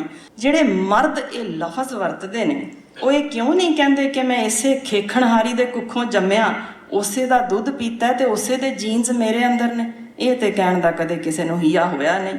ਜਿੱਥੇ ਪਹਿਲਾਂ ਰੰਡੀ ਬਾਜ਼ਾਰ ਵਿੱਚ ਮਜਬੂਰੀ ਤਹਿਤ ਮਰਦਾਂ ਨੂੰ ਆਪਣੀ ਕਾਮ ਵਾਸ਼ਨਾ ਦੀ ਤ੍ਰਿਪਤੀ ਲਈ ਜਾਣਾ ਪੈਂਦਾ ਸੀ, 21ਵੀਂ ਸਦੀ ਦੀ ਤਕਨੀਕੀ ਤਰੱਕੀ ਹੁਣ ਕਿਸੇ ਵੀ ਮਾਸੂਮ ਦਾ ਭੱਦਾ MMS ਬਣਾ ਕੇ ਜਦੋਂ ਮਰਜ਼ੀ ਉਹਨੂੰ ਰੰਡੀ ਦਾ ਦਰਜਾ ਦੇ ਦਿੱਤਾ ਜਾਂਦਾ ਹੈ। ਲੱਖਾਂ ਔਰਤਾਂ ਅੱਜ ਦੇ ਦਿਨ ਵਿਗਿਆਨਕ ਯੁੱਗ ਵਿੱਚ ਘਰੇਲੂ ਹਿੰਸਾ ਦਾ ਸ਼ਿਕਾਰ ਬਣ ਕੇ ਮਾਨਸਿਕ ਤੇ ਸਰੀਰਕ ਤਸ਼ੱਦਦ ਦੀ ਇੰਤਹਾ ਚੱਲ ਰਹੀਆਂ ਨੇ। ਤੇ ਇਸ ਵੇਲੇ ਮੈਂ ਦੱਸ ਦਿਆਂ ਕਿ ਸਾਡੇ ਭਾਰਤ ਦੀ ਨੈਸ਼ਨਲ ਕ੍ਰਾਈਮ ਬਿਊਰੋ ਦੇ ਅੰਕੜੇ ਦੱਸਦੇ ਨੇ ਕਿ ਲਗਭਗ ਹਰ 9 ਮਿੰਟ ਬਾਅਦ ਇੱਕ ਔਰਤ ਘਰੇਲੂ ਹਿੰਸਾ ਦਾ ਸ਼ਿਕਾਰ ਹੋ ਰਹੀ ਹੈ। ਜੇ ਪਹਿਲਾਂ ਔਰਤ ਜ਼ਾਤ ਨੂੰ ਪੈਰ ਦੀ ਜੁੱਤੀ ਦਾ ਦਰਜਾ ਦਿੱਤਾ ਜਾਂਦਾ ਰਿਹਾ ਸੀ ਜਾਂ ਸਿਰਫ ਬੱਚੇ ਪੈਦਾ ਕਰਨ ਦੀ ਮਸ਼ੀਨ ਜਾਂ ਭੋਗ ਵਿਲਾਸ ਦੀ ਵਸਤੂ ਦਾ ਦਰਜਾ ਦਿੱਤਾ ਤੇ ਅਸੀਂ ਕਹਿੰਦੇ ਹਾਂ ਕਿ ਉਹ ਘੱਟ ਅਕਲ ਵਾਲੇ ਸੀ, ਤਾਂ ਅੱਜ ਦੇ ਦਿਨ ਰਾਸ਼ਟਰਪਤੀ ਪਦ ਉੱਤੇ ਬੈਠੀ ਔਰਤ ਤੇ ਫਿਰ ਵੀ ਉਸੇ ਦੇਸ਼ ਵਿੱਚ ਜੇ ਪੁਲਿਸ ਕਰਮੀਆਂ ਨੂੰ ਔਰਤਾਂ ਨੂੰ ਹੱਕਾਂ ਲਈ ਮੁਜ਼ਾਹਰਾ ਕਰਨ ਪਿੱਛੇ ਲੱਤਾਂ ਪਾੜ ਕੇ ਧੋਇਆ ਜਾਂਦਾ ਹੋਵੇ ਜਾਂ ਢਿੱਡ ਵਿੱਚ ਠੁੱਡੇ ਮਾਰ ਕੇ ਜਾਨੋਂ ਮਾਰ ਦਿੱਤਾ ਜਾਏ, ਤੇ ਲੜਾਈ ਕਾਹਦੀ ਕਿ ਸਿਰਫ 2 ਵੇਲੇ ਦੀ ਹੱਕ ਹਲਾਲ ਦੀ ਰੋਟੀ ਦੀ ਸਾਨੂੰ ਦੀ ਕਮਾਈ ਦੇ ਦਿਓ। ਕਿ ਇਹ ਜੱਦੋ ਜਹਿਦ ਕਰਨ ਲਈ 21ਵੀਂ ਸਦੀ ਵਿੱਚ ਔਰਤ ਜਿੱਥੇ ਹੋਏ ਰਾਸ਼ਟਰਪਤੀ ਤੇ ਉਹਨੂੰ ਠੁੱਡੇ ਮਾਰ ਕੇ ਸੜਕ ਉੱਤੇ ਮਾਰ ਦਿੱਤਾ ਜਾਏ, ਕਿਆ ਵਿਗਿਆਨਕ ਤਰੱਕੀ ਹੈ। ਯਾਨੀ ਇਹ ਹਾਲ ਲਿਆ ਛੱਡਿਆ ਹੈ ਕਿ ਅਸੀਂ ਕਮਾਈ ਦੀ ਲਈ ਜੋ ਉਸਨੇ ਨੌਕਰੀ ਕੀਤੀ ਉਹਦੀ ਕਮਾਈ ਵਾਸਤੇ ਮਜਬੂਰੀ ਤਹਿਤ ਅੱਗ ਲਾ ਕੇ ਇੱਥੇ ਜ਼ਿੰਦਗੀ ਤੋਂ ਹੱਥ ਧੋਣਾ ਪੈ ਰਿਹਾ ਹੋਏ, ਤਾਂ ਇਹ ਵਿਗਿਆਨਕ ਤਰੱਕੀ ਔਰਤ ਦੇ ਕਿਹੜੇ ਕੰਮ ਲਈ? ਮੇਰੇ ਦੇਸ਼ ਵਿੱਚ ਤਾਂ ਜੀ ਵਿਆਹਾਂ ਦੇ ਸਮਾਗਮਾਂ ਵਿੱਚ, ਬੱਸਾਂ ਵਿੱਚ, ਹੋਟਲਾਂ ਵਿੱਚ ਤੇ ਗੱਲ ਕੀ ਚੁਫੇਰੇ ਔਰਤ ਜ਼ਾਤ ਨੂੰ ਜ਼ਲੀਲ ਕਰਦਿਆਂ ਗਾਣਿਆਂ ਦੀਆਂ ਉੱਚੀਆਂ ਉੱਚੀਆਂ ਚੀਕਦੀਆਂ ਕੈਸਟਾਂ ਵੀ ਸੁਣ ਸਕਦੇ ਹੋ। ਤੇ ਕਮਾਲ ਇਹ ਹੈ ਕਿ ਉਹਦੇ ਉੱਤੇ ਥਿਰਕਦੇ ਜਿਨ੍ਹਾਂ ਨੂੰ ਵੇਖੋਗੇ ਚਿੱਟੇ ਦਾੜੇ ਵਾਲੇ ਬਜ਼ੁਰਗ ਕੰਬਦੀਆਂ ਹੋਣਗੀਆਂ ਦਿਆਂ, ਪਰ ਥਿਰਕਦੇ ਦਿਸ ਜਾਣਗੇ ਉਹ ਲੈ ਗਈ ਮਜਾਜਣ ਖਹਿ ਕੇ ਚੱਕ ਲੈ ਵਾਹਿਗੁਰੂ ਕਹਿ ਕੇ। ਲਾਨਤ ਹੈ। ਇਸ ਜ਼ਲਾਲਤ ਦੇ ਮਾਹੌਲ ਵਿੱਚ ਇੱਕ ਵੀ ਕਦੇ ਮਾਂ ਦਾ ਜਾਇਆ ਵਿਦਰੋਹ ਕਰਦਾ ਨਹੀਂ ਵੇਖਿਆ ਗਿਆ ਕਿਸੇ ਵੀ ਧਰਮ ਨਾਲ ਸੰਬੰਧਿਤ ਹੋਵੇ ਕਿ ਇਸ ਜ਼ਾਤ ਵਿੱਚੋਂ ਮੈਨੂੰ ਆਪਣੀ ਮਾਂ ਦਾ ਅਕਸ ਵੀ ਦਿਸਿਆ, ਮੈਂ ਇਸੇ ਦੇ ਕੁੱਖੋਂ ਜੰਮਿਆ, ਇਸੇ ਦੇ ਲਹੂ ਤੇ ਪਲਿਆ, ਤੇ ਅੱਜ ਜੋ ਮੈਂ ਇਸ ਮਕਾਮ ਤੇ ਪੁੱਜਿਆ ਉਹ ਕਦੇ ਦੁੱਧ ਦਾ ਕਰਜ਼ਾ ਵੀ ਲਾ ਸਕਦਾ ਮੈਂ ਤਾਂ। ਲੱਖ ਲਾਨਤ ਅਜਿਹੇ ਜਨੌਰਾਂ ਤੇ ਜਿਹੜੀ ਆਪਣੀ ਮਾਂ ਦੀ ਦੁੱਧ ਦਾ ਕਰਜ਼ਾ ਉਸੇ ਦੀ ਜ਼ਾਤ ਨੂੰ ਜ਼ਲੀਲ ਕਰਕੇ ਲਾ ਰਹੇ ਨੇ। ਇਸ ਨਿਗਾਰ ਦੀ ਹੋਰ ਹੱਦ ਦਾ ਮੈਂ ਕੀ ਜ਼ਿਕਰ ਕਰਾਂ ਕਿ ਘਰਾਂ ਅੰਦਰ ਵਿਚਰ ਰਹੀਆਂ ਨਾਬਾਲਗ ਬੱਚੀਆਂ ਆਪਣੇ ਹੀ ਘਰਾਂ ਵਿਚਲੇ ਚਾਚੇ ਤਾਏ ਜਾਂ ਭਰਾਵਾਂ ਵੱਲੋਂ ਉਧਾਲੇ ਦਾ ਸ਼ਿਕਾਰ ਹੋ ਰਹੀਆਂ ਨੇ। ਇਹ 21ਵੀਂ ਸਦੀ ਔਰਤ ਦੇ ਕਿਸ ਕੰਮ ਦੀ ਹੈ? 9 ਮਹੀਨੇ ਦੀ ਬਾਲੜੀ ਦੇ ਸਮੂਹਕ ਬਲਾਤਕਾਰ ਦੀ ਖਬਰ ਜਦੋਂ ਛਪਦੀ ਏ ਉਦੋਂ ਕਿੱਥੇ ਲੁਕ ਜਾਂਦੇ ਨੇ ਉਹ ਜਿਹੜੇ ਕਹਿੰਦੇ ਨੇ ਕਿ ਔਰਤ ਜ਼ਾਤ ਦੀ ਬਿਹਤਰੀ ਲਈ ਅਸੀਂ ਕਦਮ ਚੁੱਕੇ ਨੇ? ਇਹੋ ਜਿਹੀ ਬਿਹਤਰੀ ਵੇਖਣਾ ਚਾਹੁੰਦੇ ਔਰਤ ਜ਼ਾਤ ਦੀ 21ਵੀਂ ਸਦੀ 'ਚ? ਉਤੋਂ ਹੱਦ ਇਹ ਹੈ ਕਿ ਅਜਿਹੀ ਖਬਰ ਪੜ੍ਹ ਕੇ ਲੋਕਾਂ ਦੇ ਫੋਨ ਪਹੁੰਚਦੇ ਨੇ ਕਈ ਬੇਸ਼ਰਮਾਂ ਦੇ, ਤੇ ਕਹਿਣਗੇ ਉਹ ਬੱਚੀ ਦਾ ਹੀ ਕਸੂਰ ਹੋਏਗਾ ਜੀ, ਉਹਨੂੰ ਭੜਕੀਲੇ ਕੱਪੜੇ ਪਾ ਦਿੱਤੇ ਹੋਣੇ। ਇਸੇ ਲਈ ਮਰਦ ਆਪਣੇ ਮਨ ਉੱਤੇ ਕਾਬੂ ਨਹੀਂ ਰੱਖ ਸਕੇ। ਦੱਸ ਦਿਓ ਕਿ ਅਜਿਹੇ ਫੋਨਾਂ ਕਰਨ ਵਾਲਿਆਂ ਨੂੰ ਕੀ ਜਵਾਬ ਦੇਣਾ ਚਾਹੀਦਾ। ਜਵਾਨ ਬੱਚੀਆਂ ਦੇ ਮੂੰਹ ਉੱਤੇ ਤੇਜ਼ਾਬ ਪਾ ਕੇ ਸੜਨ ਦੀਆਂ ਘਟਨਾਵਾਂ ਤੇਜ਼ੀ ਨਾਲ ਵੱਧ ਰਹੀਆਂ ਨੇ। ਸਿਰ ਨਾ ਢੱਕਣ ਕਾਰਨ ਔਰਤ ਨੂੰ ਕੋਰੜੇ ਮਾਰ ਕੇ ਤੇ ਗਲੇ ਤੱਕ ਜ਼ਮੀਨ ਵਿੱਚ ਦੱਬ ਕੇ ਜਾਨੋਂ ਮਾਰਨ ਦੀਆਂ, ਪੱਥਰ ਮਾਰ ਕੇ ਜਾਨੋਂ ਮਾਰਨ ਦੀਆਂ ਤਸਵੀਰਾਂ ਤਾਂ ਤੁਸੀਂ ਵੇਖ ਹੀ ਚੁੱਕੇ ਹੋਵੋਗੇ, ਕਿਉਂਕਿ ਇਹ ਵਿਸ਼ਵ ਪੱਧਰ ਦਾ ਮੀਡੀਆ ਉਜਾਗਰ ਕਰ ਚੁੱਕਿਆ ਹੈ। ਔਰਤਾਂ ਦੇ ਨੱਕ ਕੰਨ ਵੱਢਣੇ ਸਿਰਫ ਇਸ ਲਈ ਕਿ ਉਹ ਪਤੀ ਦੇ ਅੱਗੇ ਉੱਚੀ ਬੋਲ ਪਈ, ਇਹ ਤਾਂ ਹੈ ਹੀ ਹੈ। ਪਰ ਮੈਂ ਦੱਸ ਦਿਆਂ ਕਿ ਇਹ ਖਬਰ ਵੀ ਛਪ ਚੁੱਕੀ ਏ, ਜਿੱਥੇ ਗੁਪਤ ਅੰਗ ਕੱਟ ਕੇ ਮੰਜੇ ਉੱਤੇ 6 ਹਫ਼ਤੇ ਬੰਨ੍ਹ ਕੇ ਵੀ ਔਰਤ ਨੂੰ ਰੱਖਿਆ ਗਿਆ ਸੀ। ਕਿ ਅੱਜ ਦੇ ਦਿਨ ਮਰਦ ਦੀ ਵਿਗੜੀ ਸੋਚ ਵਿੱਚ ਕਿਸੇ ਨੂੰ ਸੁਧਾਰ ਵਿਖਦਾ ਹੈ ਕਿ ਕਿਸ ਧਰਮ ਦਾ ਮਰਦ ਇਹਦੇ ਲਈ ਆਵਾਜ਼ ਚੁੱਕ ਰਿਹਾ ਸੀ। 21ਵੀਂ ਸਦੀ ਵਿੱਚ ਔਰਤ ਦੀ ਕਿਹੜੀ ਦਸ਼ਾ ਦੀ ਸੁਧਾਰ ਦੀ ਗੱਲ ਕਰਦੇ ਹੋ? ਕੁਝ ਕੁ ਗਿਣੀਆਂ ਚੁਣੀਆਂ ਔਰਤਾਂ ਦਾ ਜੇ ਸੱਤਾ ਵਿੱਚ ਸਰਗਰਮ ਦਿਖਦੀਆਂ ਨੇ ਤੁਹਾਨੂੰ, ਜਾਂ ਸਕੂਲਾਂ ਕਾਲਜਾਂ ਯੂਨੀਵਰਸਿਟੀਆਂ ਵਿੱਚ ਕੁਝ ਅਵਲ ਆ ਰਹੀਆਂ ਦਿਸ ਰਹੀਆਂ ਨੇ, ਜੇ ਫੌਜ ਵਿੱਚ ਕੋਈ ਕੁੜੀ ਦਿਸਦੀ ਏ, ਪੁਲਿਸ ਕਰਮੀ ਹੈ ਕੋਈ, ਜਾਂ ਪੁਲਾੜ ਵਿੱਚ ਪਹੁੰਚੀ ਏ ਕੋਈ ਇੱਕ, ਜਾਂ ਵਿਗਿਆਨਿਕ ਸਿਖਰ ਛੂਈ ਏ, ਜਾਂ ਦੇਸ਼ ਵਾਸਤੇ ਕੁਰਬਾਨ ਹੋ ਵੀ ਰਹੀ ਏ ਕੋਈ, ਤਾਂ ਉਹਦੇ ਨਾਲ ਬਹੁ ਗਿਣਤੀ ਔਰਤਾਂ ਦੀ ਇੱਕ ਜੋ ਇਨਸਾਨੀ ਜੂਨ ਭੁਗਤ ਰਹੀਆਂ ਨੇ ਉਹ ਸਿਰਫ ਸਜ਼ਾ ਹੀ ਗਿਣ ਰਹੀਆਂ ਨੇ, ਇਸ ਤੋਂ ਵੱਧ ਕੁਝ ਨਹੀਂ। ਅੱਜ ਦੇ ਮਾਹੌਲ ਵਿੱਚ ਵਿਤਕਰਾ ਇਹ ਹੈ ਕਿ ਇਸ ਵੇਲੇ ਘਰਾਂ ਵਿੱਚ ਪੁੱਤਰ ਤੇ ਧੀ ਦੇ ਪਾਲਣ ਪੋਸ਼ਣ ਵਿੱਚ ਵੀ ਵਿਤਕਰਾ ਦਿਸਦਾ ਹੈ, ਤੇ ਜੇ ਸਪਸ਼ਟ ਹੈ ਕਿਉਂਕਿ ਮੈਂ ਬੱਚਿਆਂ ਦੀ ਡਾਕਟਰ ਹਾਂ। ਸਾਡੇ ਕੋਲ ਰੋਂਦੀਆਂ ਨੇ 8-8 ਵਰ੍ਹੇ ਦੀਆਂ ਬੱਚੀਆਂ ਆ ਕੇ, ਜਿਹੜੀਆਂ ਇਹ ਕਹਿ ਦਿੰਦੀਆਂ ਨੇ ਕਿ ਪਿਓ ਕਹਿੰਦਾ ਹੈ ਕਿ ਪੁੱਤਰ ਨੂੰ ਤੇ ਬੋਰਨਵਿਟਾ ਪਾ ਕੇ ਦੇ ਦਿਓ, ਧੀ ਨੂੰ ਨਹੀਂ ਦੇਣਾ, ਇਹ ਪਰਾਈ ਅਮਾਨਤ। ਹਾਲ ਤਾਂ ਇਹ ਹੈ ਜੀ ਕਿ ਧੀ ਨੂੰ ਉੱਚੀ ਰੋਣ ਦੀ ਵੀ ਮਨਾਹੀ ਹੈ ਤੇ ਜ਼ੋਰ ਦੀ ਹੱਸਣ ਉੱਤੇ ਵੀ, ਤੇ ਖਾਨਦਾਨ ਦੀ ਇੱਜ਼ਤ ਖਾਤਰ ਧੀਆਂ ਦਾ ਤੇ ਕਤਲ ਹੋ ਜਾਂਦਾ ਹੈ, ਪੁੱਤਰ ਦਾ ਕਦੇ ਕਿਸੇ ਨੇ ਸੁਣਿਆ ਹੀ ਨਹੀਂ।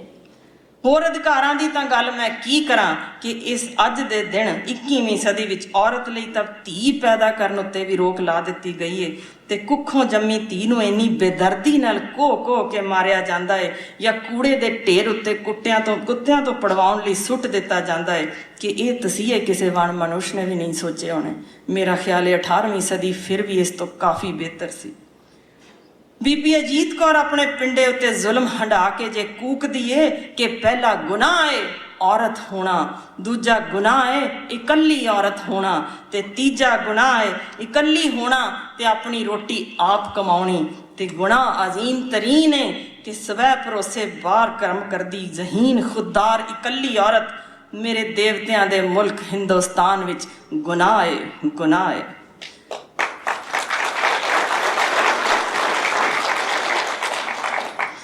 ਇਸ ਜ਼ਬਰ ਦੀ ਹੱਦ ਨੂੰ ਵੇਖਦੇ ਹੋਏ ਜੇ ਹਾਲੇ ਵੀ ਤੁਹਾਡੇ ਵਿੱਚੋਂ ਕਿਸੇ 'ਚ ਕੋਈ ਹੀਆ ਹੈ ਮੇਰਾ ਸਾਹਮਣਾ ਕਰਨ ਦਾ, ਤੇ ਇਹਨਾਂ ਤੱਥਾਂ ਨੂੰ ਨਕਾਰ ਦੇਣਾ ਚਾਹੁੰਦੇ ਨੇ, ਤਾਂ ਮੈਂ ਕਹਿੰਦੀ ਹਾਂ ਕਿ ਉਹੀ ਲੋਕ ਨੇ ਜਿਹੜੇ ਇਸ ਦੇ ਹੱਲ ਲੱਭਣ ਤੋਂ ਇਨਕਾਰੀ ਹੋ ਚੁੱਕੇ ਨੇ, ਜਾਂ ਹੱਲ ਲੱਭਣਾ ਹੀ ਉਹਨਾਂ ਦੇ ਵੱਸ ਵਿੱਚ ਨਹੀਂ ਹੈ। ਦਰਅਸਲ ਇਹ ਤੱਥ ਨਕਾਰ ਕੇ ਆਪਣੇ ਆਪ ਨੂੰ ਇਸੇ ਜ਼ਾਤ ਦੇ ਸ਼ੋਸ਼ਣ ਕਰਨ ਵਾਲਿਆਂ ਦਾ ਹਿੱਸਾ ਹੀ ਬਣਾ ਚੁੱਕੇ ਨੇ, ਜਾਂ ਇਸ ਤਰ੍ਹਾਂ ਦੇ ਸ਼ੋਸ਼ਣ ਨੂੰ ਜਾਇਜ਼ ਕਰਾਰ ਦੇ ਰਹੇ ਨੇ। ਇਹ ਸਭ ਕੁਝ ਸੁਣ ਕੇ ਜਾਂ ਵੇਖ ਕੇ ਕਿ ਮੈਂ ਕੂਕਾਂ ਨਾ, ਇਹ ਹੰਝੂ ਜੋ ਲਹੂ ਦੇ ਨੇ, ਮੈਂ ਕੁਝ ਇਹਨਾਂ ਸਤਰਾਂ ਵਿੱਚ ਪਰੋਏ ਨੇ ਕਿ ਜਦੋਂ 100 ਮਰਦਾਂ ਪਿੱਛੇ ਬਚੇਗੀ ਇੱਕ ਔਰਤ, ਤਾਂ ਹਰਮਾਂ ਵਿੱਚ ਬਿਠਾਏ ਜਾਣਗੇ ਮਰਦ, ਦਾਜ ਲਈ ਸਾੜੇ ਜਾਣਗੇ ਮਰਦ। ਹੁਣ ਤੱਕ ਵੇਚਦੇ ਰਹੇ ਨੇ ਮੁੰਡਿਆਂ ਨੂੰ ਮਾਪੇ ਦਾਜ ਦੇ ਰੂਪ ਵਿੱਚ, ਬੋਲੀਆਂ ਲੱਗਦੀਆਂ ਨੇ ਰੁਤਬਿਆਂ ਦੇ ਹਿਸਾਬ ਨਾਲ। ਜਦੋਂ ਜੰਝ ਢੁਕੇਗੀ ਹੁਣ ਔਰਤ ਦੀ ਤੇ ਡੋਲੀ ਉੱਠੇਗੀ ਮਰਦ ਦੀ, ਤਾਂ ਕਟਹਿਰਿਆਂ ਵਿੱਚ ਖਲੋ ਕੇ ਮਾਰੇਗੀ ਕੋਈ ਰਾਣੀ ਝਾਂਸੀ ਅਜਿਹੇ ਜ਼ਾਤ ਵਾਲਿਆਂ ਨੂੰ ਬੈਂਤ, ਤੇ ਪੁੱਛੇਗੀ ਕੋਈ ਮਾਈ ਭਾਗੋ ਤੁਹਾਡੀ ਜਿਨਸ ਨੂੰ, ਵੇ ਮੁੰਡਿਆ ਤੈਨੂੰ ਦਾਜ ਲਈ ਸੜਨਾ ਪਏਗਾ ਤਾਂ ਕੈਸਾ ਲੱਗੇਗਾ, ਤੇਰੇ ਜੰਮਣ ਤੇ ਮਾਪੇ ਮਾਰਨਗੇ ਦੁਹੱਥੜ ਤਾਂ ਕੈਸਾ ਲੱਗੇਗਾ, ਤੈਨੂੰ ਜੰਮਦੇ ਨੂੰ ਜਦ ਮਾਰ ਮੁਕਾਉਣਗੇ ਤਾਂ ਕੈਸਾ ਲੱਗੇਗਾ, ਤੇਰਾ ਪਿਓ ਜਦ ਕੁੜੀ ਦੇ ਦਰ ਤੇ ਮੱਥੇ ਰਗੜੇਗਾ ਤਾਂ ਕੈਸਾ ਲੱਗੇਗਾ, ਤੇਰਾ ਘਰ ਦਾਜ ਲਈ ਗਿਰਵੀ ਰੱਖਿਆ ਜਾਏਗਾ ਤਾਂ ਤੈਨੂੰ ਕੈਸਾ ਲੱਗੇਗਾ, ਭਰੀ ਸਭਾ ਵਿੱਚ ਤੇਰਾ ਵੀ ਚੀਰ ਹਰਨ ਹੋਏਗਾ ਤਾਂ ਕੈਸਾ ਲੱਗੇਗਾ। ਤੇ ਜਦੋਂ 2 ਵੇਲੇ ਦੀ ਰੋਟੀ ਲਈ ਮਦਾਰੀ ਦੇ ਬਾਂਦਰ ਵਾਂਗ ਤੈਨੂੰ ਨੋਚਾਇਆ ਜਾਏਗਾ ਤਾਂ ਕੈਸਾ ਲੱਗੇਗਾ। ਔਰਤ ਜ਼ਾਤ ਨੂੰ ਬਹੁਤ ਜਣਿਆਂ ਨੇ ਸਮਝ ਲਿਆ ਏ, ਸਿਰਫ ਇੱਕ ਕਾਨਸ ਤੇ ਰੱਖੀ ਤਸਵੀਰ ਨਿਰਾ ਸੈਲ ਪੱਥਰ ਜਿਸ ਵਿੱਚ ਕੋਈ ਅਹਿਸਾਸ ਨਹੀਂ, ਕੋਈ ਪੀੜ ਨਹੀਂ, ਕੋਈ ਜਜ਼ਬਾ ਨਹੀਂ, ਕੋਈ ਭਾਵ ਭਵਿੱਖ ਤੇ ਖਾਸ਼ ਵੀ ਨਹੀਂ, ਤੇ ਇਸ ਦਾ ਕੋਈ ਆਪਣਾ ਰੰਗਲਾ ਸੁਪਨਾ ਵੀ ਨਹੀਂ। ਆਮ ਹੀ ਕਿਹਾ ਜਾਂਦਾ ਹੈ ਕਿ ਜੀ ਔਰਤ ਹੀ ਔਰਤ ਦੀ ਦੁਸ਼ਮਣ ਹੈ। ਇਹ ਬੜੀ ਵਾਰ ਸਵਾਲ ਮੈਨੂੰ ਪੁੱਛਿਆ ਗਿਆ। ਮੈਂ ਅੱਜ ਗੱਲ ਜ਼ਰੂਰ ਕਰਾਂਗੀ ਕਿ ਸਾਡੇ ਮਰਦ ਪ੍ਰਧਾਨ ਸਮਾਜ ਵਿੱਚ ਔਰਤ ਨੂੰ ਜੰਮਦੇ ਤੋਂ ਹੀ ਆਸ਼ਰਿਤ ਕਰਨ ਲਈ ਮਜਬੂਰ ਕਰ ਦਿੱਤਾ ਜਾਂਦਾ ਹੈ। ਸ਼ੁਰੂ ਤੋਂ ਹੀ ਇਹ ਸਿੱਖਿਆ ਦਿੱਤੀ ਜਾਂਦੀ ਹੈ ਕਿ ਪਹਿਲਾਂ ਤੂੰ ਪਿਓ ਦੇ ਪਰਛਾਵੇਂ ਹੇਠ ਬਹਿਣਾ ਹੈ, ਫਿਰ ਭਰਾ ਦੇ ਹੁਕਮ ਹੇਠ ਚੱਲਣਾ ਹੈ, ਫਿਰ ਬੁਢੇਪੇ ਵਿੱਚ ਪੁੱਤਰ ਉੱਤੇ ਆਸ਼ਰਿਤ ਹੋਣਾ ਹੈ। ਸੱਸ ਬਣਨ ਤੋਂ ਬਾਅਦ ਜਦੋਂ ਮਾਂ ਨੂੰ ਆਪਣੀ ਬੁਢੇਪੇ ਦੀ ਡੰਗੋਰੀ ਯਾਨੀ ਪੁੱਤਰ ਜਦੋਂ ਦਿਸਦਾ ਹੈ ਕਿ ਨੂੰਹ ਦੇ ਹੱਥ ਖੁੱਸ ਰਿਹਾ ਹੈ, ਤਾਂ ਉਹ ਫਨੀਅਰ ਸੱਪ ਵਾਂਗ ਡੰਗ ਮਾਰਨ ਲਈ ਭਿਆਨਕ ਰੂਪ ਇਖਤਿਆਰ ਕਰ ਲੈਂਦੀ ਹੈ ਤੇ ਆਪਣੀ ਡੰਗੋਰੀ ਸੁਰੱਖਿਅਤ ਕਰਨ ਲਈ ਕਿਸੇ ਵੀ ਹੱਦ ਤੱਕ ਡਿੱਗ ਜਾਂਦੀ ਹੈ। ਇਹ ਮੇਰੀ ਗੱਲ ਨਹੀਂ, ਮਨੋਵਿਗਿਆਨਕ ਖੋਜ ਹੋ ਚੁੱਕੀ ਹੈ। ਪਰ ਮੈਂ ਪੁੱਛਦੀ ਹਾਂ ਕਿ ਉਸ ਸਮੇਂ ਤਮਾਸ਼ਬੀਨ ਬਣਿਆ ਮਰਦ ਘਰ ਅੰਦਰਲੀਆਂ ਔਰਤਾਂ ਲਈ ਸਮਾਂ ਕਿਉਂ ਨਹੀਂ ਕੱਢ ਸਕਦਾ? ਦੂਜਿਆਂ ਦੀਆਂ ਔਰਤਾਂ ਲਈ ਕਿਵੇਂ ਸਮਾਂ ਨਿਕਲ ਜਾਂਦਾ ਹੈ ਕਿ ਫਲਾਣੀ ਔਰਤ ਅੱਜ ਇਸ ਰੰਗ ਦੀ ਲਿਪਸਟਿਕ ਪਾ ਕੇ ਆਈ ਸੀ, ਇਸ ਰੰਗ ਦੇ ਉਹਨੇ ਕੱਪੜੇ ਪਹਿਨੇ ਸਨ, ਉਹਦੇ ਲਈ ਟਾਈਮ ਨਿਕਲ ਸਕਦਾ ਹੈ। ਜੇ ਕਿਸੇ ਘਰ ਵਿੱਚ ਕੋਈ ਅਜਿਹੀ ਔਰਤ ਦੇ ਉੱਤੇ ਉਂਗਲ ਚੱਕੀ ਜਾਂਦੀ ਹੈ ਕਿ ਇਹ ਸੋਚ ਰੱਖਦੀ ਹੈ ਘਰ ਵਿੱਚ ਧੀ ਪੈਦਾ ਨਹੀਂ ਹੋਣ ਦੇਣੀ, ਤਾਂ ਮਰਦ ਆਪਣੀ ਜ਼ਿੰਮੇਵਾਰੀ ਕਿਉਂ ਛਿੱਕੇ ਤੇ ਟੰਗ ਦਿੰਦਾ ਹੈ? ਬਹੁ ਗਿਣਤੀ ਘਰ ਜਿੱਥੇ ਔਰਤ ਨੂੰ ਆਪਣੀ ਮਰਜ਼ੀ ਦਾ ਰੁਮਾਲ ਖਰੀਦਣ ਤੱਕ ਦਾ ਨਹੀਂ ਹੱਕ, ਉਸ ਘਰ ਵਿੱਚ ਔਰਤ ਇੰਨਾ ਵੱਡਾ ਫੈਸਲਾ ਲੈ ਜਾਂਦੀ ਹੈ ਕਿ ਸਿਰਫ ਧੀ ਪੈਦਾ ਹੋਣੀ। ਤੇ ਕਿਵੇਂ ਕੋਈ ਮਰਦ ਆਪਣੇ ਸ਼ਰੀਕੇ ਵਿੱਚ ਟੌਰ ਬਣਾਈ ਰੱਖਣ ਲਈ ਆਪਣੀ ਅਣਜੰਮੀ ਜਾਂ ਨਵਜੰਮੀ ਧੀ ਨੂੰ ਵੱਢ ਟੁੱਕ ਦੇਣ ਨੂੰ ਕਿਉਂ ਜਾਇਜ਼ ਕਰਾਰ ਦੇ ਦਿੰਦੇ ਹੋ? ਕਿ ਆਪਣੀ ਧੀ ਨੂੰ ਕਤਲ ਕਰਕੇ ਬਣੀ ਟੌਰ ਤੇ ਦੂਜੇ ਦੀ ਧੀ ਉੱਤੇ ਭੈੜੀ ਨਜ਼ਰ ਪਾ ਕੇ ਜਦੋਂ ਬਰਕਰਾਰ ਰੱਖਦੇ ਹੋ, ਤਾਂ ਭਲਿਓ ਲੋਕੋ, ਔਰਤ ਜ਼ਾਤ ਦਾ ਹੀ ਘਾਣ ਹੋਇਆ ਨਾ ਦੋਨੇ ਪਾਸੇ। ਤਾਂ ਪਿਓ ਦੀ ਆਣ ਪਿੱਛੇ ਧੀ ਦਾ ਕਤਲ, ਪਰ ਇਲਜ਼ਾਮ ਫਿਰ ਲਾ ਦਿੰਦੇ ਹੋ ਔਰਤ ਹੀ ਔਰਤ ਦਾ ਦੁਸ਼ਮਣ। ਸੱਸਾਂ ਹੱਥੋਂ ਨੂੰਹਾਂ ਸੜਦੀਆਂ ਨੇ ਤੇ ਕਸੂਰਵਾਰ ਜ਼ਰੂਰ ਔਰਤ ਹੈ, ਪਰ ਦੱਸੋ ਉਸ ਸਮੇਂ ਘਰ ਵਿਚਲਾ ਮਰਦ ਕੀ ਭੂਮਿਕਾ ਨਿਭਾ ਰਿਹਾ ਹੁੰਦਾ ਹੈ? ਤੀਲੀ ਫੜਾਉਣ ਦੀ ਕਿ ਲਾਉਣ ਦੀ? ਨਾਬਾਲਗ ਬੱਚਿਆਂ ਦੇ ਵੱਧ ਰਹੇ ਬਲਾਤਕਾਰ ਤੇ ਉਸ ਪਿੱਛੋਂ ਦਰਿੰਦਗੀ ਨਾਲ ਉਹਨਾਂ ਦੇ ਹੋਏ ਕਤਲਾਂ ਦੀਆਂ ਤਸਵੀਰਾਂ ਵੇਖ ਕੇ ਔਰਤ ਹੁੰਦਿਆਂ ਹੋਇਆਂ ਮੇਰਾ ਵੀ ਹਿਰਦਾ ਕੂਕਦਾ ਏ। ਤੇ ਮੈਂ ਕਹਿੰਦੀ ਹਾਂ ਕਿ ਜ਼ੁਲਮ ਢਾਉਣ ਨਾਲੋਂ ਅਜਿਹੀਆਂ ਬੱਚੀਆਂ ਨੂੰ ਤਾਂ ਜਨਮ ਲੈਣ ਤੋਂ ਪਹਿਲਾਂ ਮਾਰ ਦਿੱਤਾ ਗਿਆ ਹੁੰਦਾ ਤੇ ਸ਼ਾਇਦ ਇਹ ਜ਼ੁਲਮ ਉਹ ਨਾ ਸਹਿੰਦੀਆਂ। ਜੇ ਅਜਿਹੀ ਸੋਚ ਰੱਖਣ ਨਾਲ ਮੈਨੂੰ ਕਹਿੰਦੇ ਹੋ ਨਾ ਔਰਤ ਔਰਤ ਦੀ ਦੁਸ਼ਮਣ ਹੈ, ਤਾਂ ਫਿਰ ਦੱਸੋ ਮੈਂ ਵਲੂੰਦਰੀਆਂ ਅੰਦਰਾਂ ਕਿਹਦੇ ਕੋਲ ਜਾ ਕੇ ਰੋਵਾਂ?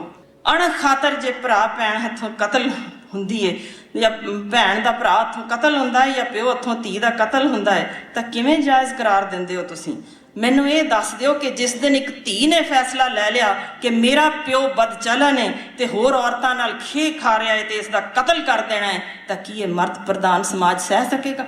ਬਹੁਤ ਮਰਦ ਅਗਾਂਹ ਆਏ ਨੇ ਜਿਹੜੀਆਂ ਔਰਤਾਂ ਦੀਆਂ ਜੰਜੀਰਾਂ ਲਾ ਕੇ ਸੁੱਟਣੀਆਂ ਚਾਹੁੰਦੇ ਸਨ ਤੇ ਔਰਤ ਨੂੰ ਆਜ਼ਾਦ ਵੀ ਕਰਨਾ ਚਾਹੁੰਦੇ ਸਨ, ਪਰ ਅਫਸੋਸ ਕਿ ਉਹ ਵੀ ਕਿੰਤੂ ਪਰੰਤੂ ਪਰ ਕੁਝ ਸ਼ਰਤਾਂ ਦੇ ਨਾਲ ਅਜਿਹੀਆਂ ਗੱਲਾਂ ਕਰਦੇ ਨੇ ਕਿ ਔਰਤ ਉੱਤੇ ਉਹਨਾਂ ਦੀ ਜ਼ਾਤ ਤੇ ਬੰਦਸ਼ਾਂ ਉਹਦੀ ਇੱਜ਼ਤ ਹੀ ਬਚਾਉਣ ਲਈ ਲਾਉਣੀਆਂ ਜ਼ਰੂਰੀਆਂ ਨੇ।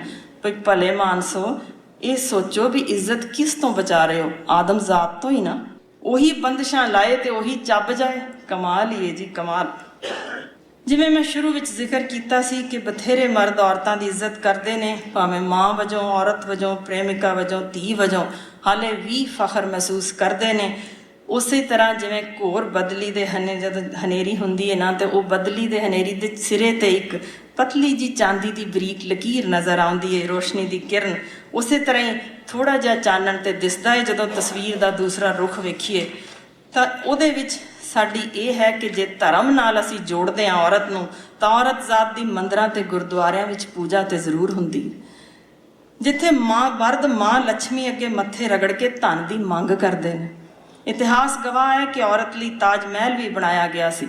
ਇਹ ਗੱਲ ਵੱਖਰੀ ਹੈ ਕਿ ਸਾਰਾ ਜੱਗ ਜਾਣਦਾ ਹੈ ਕਿ ਸ਼ਾਹਜਹਾਨ ਔਰਤਾਂ ਦਾ ਰਸੀਆ ਸੀ ਤੇ ਮੁਮਤਾਜ਼ ਉਸ ਦੀ ਚੌਥੀ ਵਹੁਟੀ ਸੀ, ਤੇ ਮਰਨ ਪਿੱਛੋਂ ਉਹਨੇ ਉਹਦੀ ਭੈਣ ਨਾਲ ਉਹ ਨਿਕਾਹ ਵੀ ਕਰਾਇਆ ਤੇ ਉਸ ਤੋਂ ਬਾਅਦ 2 ਹੋਰ ਔਰਤਾਂ ਨਾਲ ਵੀ। ਪਰ ਅਸੀਂ ਮਿਸਾਲ ਦੇ ਦਿੰਦੇ ਹਾਂ, ਲਓ ਜੀ ਮਰਦ ਇਹ ਵੀ ਕਰ ਸਕਦਾ ਹੈ। ਅੱਜ ਦੇ ਦਿਨ ਫਿਰ ਵੀ ਬਹੁਤ ਮਾਪੇ ਹਨ ਜਿਹੜੇ ਧੀਆਂ ਉੱਤੇ ਫਖਰ ਕਰਨਾ ਸਿੱਖ ਚੁੱਕੇ ਨੇ, ਤੇ ਮੈਂ ਜਾਣਦੀ ਹਾਂ ਕੁਝ ਅਜਿਹੇ ਦਲੇਰਾਨਾ ਪਿਓਆਂ ਨੂੰ ਜਿਹੜੇ ਇੱਕੋ ਧੀ ਜੰਮ ਕੇ ਵੀ ਅੱਗੋਂ ਬੱਚਾ ਨਹੀਂ ਕਰਨਾ ਚਾਹੁੰਦੇ। ਤੇ ਪਿਆਰ ਦੀ ਇੰਤਹਾ ਤੇ ਇਹ ਹੈ ਕਿ ਕੁਝ ਐਸੇ ਵੀ ਮਰਦ ਨੇ ਜਿਹੜੇ ਕਰਵਾ ਚੌਥ ਵਾਲੇ ਦਿਨ ਆਪਣੀ ਔਰਤ ਦੀ ਲੰਬੀ ਜ਼ਿੰਦਗੀ ਦੀ ਕਾਮਨਾ ਕਰਨ ਲਈ ਉਹਦੇ ਨਾਲ ਹੀ ਵਰਤ ਰੱਖ ਕੇ ਸਨੇਹ ਵੀ ਜਤਾਉਣ ਲੱਗ ਪਏ ਨੇ। ਅਸ਼ਕੇ ਉਹਨਾਂ ਪਿਓਆਂ ਦੇ ਜਿਨ੍ਹਾਂ ਨੇ ਕਿਸੇ ਹੋਰ ਦੀ ਸੁੱਟੀ ਧੀ ਨੂੰ ਗੋਦ ਲੈ ਕੇ ਉਸਨੂੰ ਪਾਲਣ ਦਾ ਜ਼ਿੰਮਾ ਵੀ ਚੱਕਿਆ ਹੈ। ਤੇ ਕੁੜੀਆਂ ਨੇ ਵੀ ਔਰਤ ਜ਼ਾਤ ਨੂੰ ਦੇ ਬਿੰਬ ਨੂੰ ਚਿਹਰਾ ਚੱਕਣ ਲਈ ਅੱਡੀ ਚੋਟੀ ਦਾ ਜ਼ੋਰ ਲਾਇਆ ਪਿਆ ਹੈ। ਔਖੇ ਇਮਤਿਹਾਨਾਂ ਵਿੱਚ ਅਵਲ ਵੀ ਰਹਿ ਰਹੀਆਂ ਨੇ, ਬਿਜ਼ਨਸ ਵਿੱਚ ਵੀ ਵੱਡੇ ਵੱਡੇ ਉਦਯੋਗਪਤੀਆਂ ਨੂੰ ਮਾਤ ਪਾ ਰਹੀਆਂ ਨੇ, ਖੇਡਾਂ ਵਿੱਚ ਵੀ ਦੇਸ਼ ਦਾ ਨਾਂ ਰੌਸ਼ਨ ਕਰ ਰਹੀਆਂ ਨੇ। ਅਜਿਹੀਆਂ ਬੁਲੰਦ ਔਰਤਾਂ ਨੂੰ ਸਲਾਮ। ਅਜਿਹੇ ਮਾਪੇ ਤੇ ਖਾਸ ਕਰ ਪਿਓ ਜੋ ਆਪਣੇ ਧੀਆਂ ਲਈ ਮਾਰਗਦਰਸ਼ਕ ਬਣ ਰਹੇ ਨੇ, ਉਹਨਾਂ ਲਈ ਵੀ ਮੇਰਾ ਸਿਜਦਾ। ਕੁਝ ਕੁ ਗਿਣੀਆਂ ਚੁਣੀਆਂ ਔਰਤਾਂ ਦਾ ਜ਼ਿਕਰ ਕਰਨਾ ਜ਼ਰੂਰੀ ਹੈ, ਜਿਹੜੀਆਂ ਕਿ ਪੂਰਨ ਆਜ਼ਾਦੀ ਦੀ ਭਾਲ ਵਿੱਚ ਮਰਦ ਨੂੰ ਦਬਾਉਣ ਜਾਂ ਉਸ ਉੱਤੇ ਜ਼ਿਆਦਤੀ ਕਰਨ ਜਾਂ ਆਪਣੇ ਕੱਪੜੇ ਘਟਾ ਕੇ ਨੰਗੇਜ਼ ਰਾਹੀਂ ਪੂਰਨ ਸੁਤੰਤਰਤਾ ਜ਼ਾਹਰ ਕਰਦੀਆਂ ਹਨ। ਕੁਝ ਔਰਤਾਂ ਕਾਨੂੰਨ ਦਾ ਨਾਜਾਇਜ਼ ਫਾਇਦਾ ਉਠਾ ਕੇ ਸਹੁਰਿਆਂ ਨੂੰ ਦਾਜ ਦੇ ਕਾਨੂੰਨ ਤਹਿਤ ਝੂਠੇ ਕੇਸਾਂ ਵਿੱਚ ਫਸਾ ਵੀ ਰਹੀਆਂ ਨੇ। ਇੱਕ ਚੀਜ਼ ਜਿਹੀ ਮਨ ਵਿੱਚ ਹੈ ਕਿ ਜਿਹੜੀਆਂ ਗਿਣੀਆਂ ਚੁਣੀਆਂ ਕੁਝ ਧੀਆਂ ਆਪਣੇ ਮਾਪਿਆਂ ਦੇ ਵਿਨਾਸ਼ ਦਾ ਕਾਰਨ ਬਣਦੀਆਂ ਨੇ ਤੇ ਮਾਪਿਆਂ ਦਾ ਨਾਂ ਡੁਬਾਉਣ ਵਿੱਚ ਵਿਸ਼ਵਾਸ ਰੱਖਦੀਆਂ ਨੇ, ਉਹ ਔਰਤ ਜ਼ਾਤ ਉੱਤੇ ਤੱਬਾ ਨਾ ਹੀ ਬਣਨ ਤਾਂ ਚੰਗਾ ਹੈ। ਜੇ ਇਹ ਕੁਝ ਗਿਣੀਆਂ ਚੁਣੀਆਂ ਧੀਆਂ ਸੁਧਾਰ ਆਪਣਾ ਕਰ ਲੈਣ ਤਾਂ ਮਿਲ ਕੇ ਅਸੀਂ ਔਰਤ ਜ਼ਾਤ ਉੱਤੇ ਹੁੰਦੇ ਜ਼ੁਲਮਾਂ ਵਿਰੁੱਧ ਤਗੜੀ ਆਵਾਜ਼ ਬੁਲੰਦ ਕਰ ਸਕਦੇ ਹਾਂ।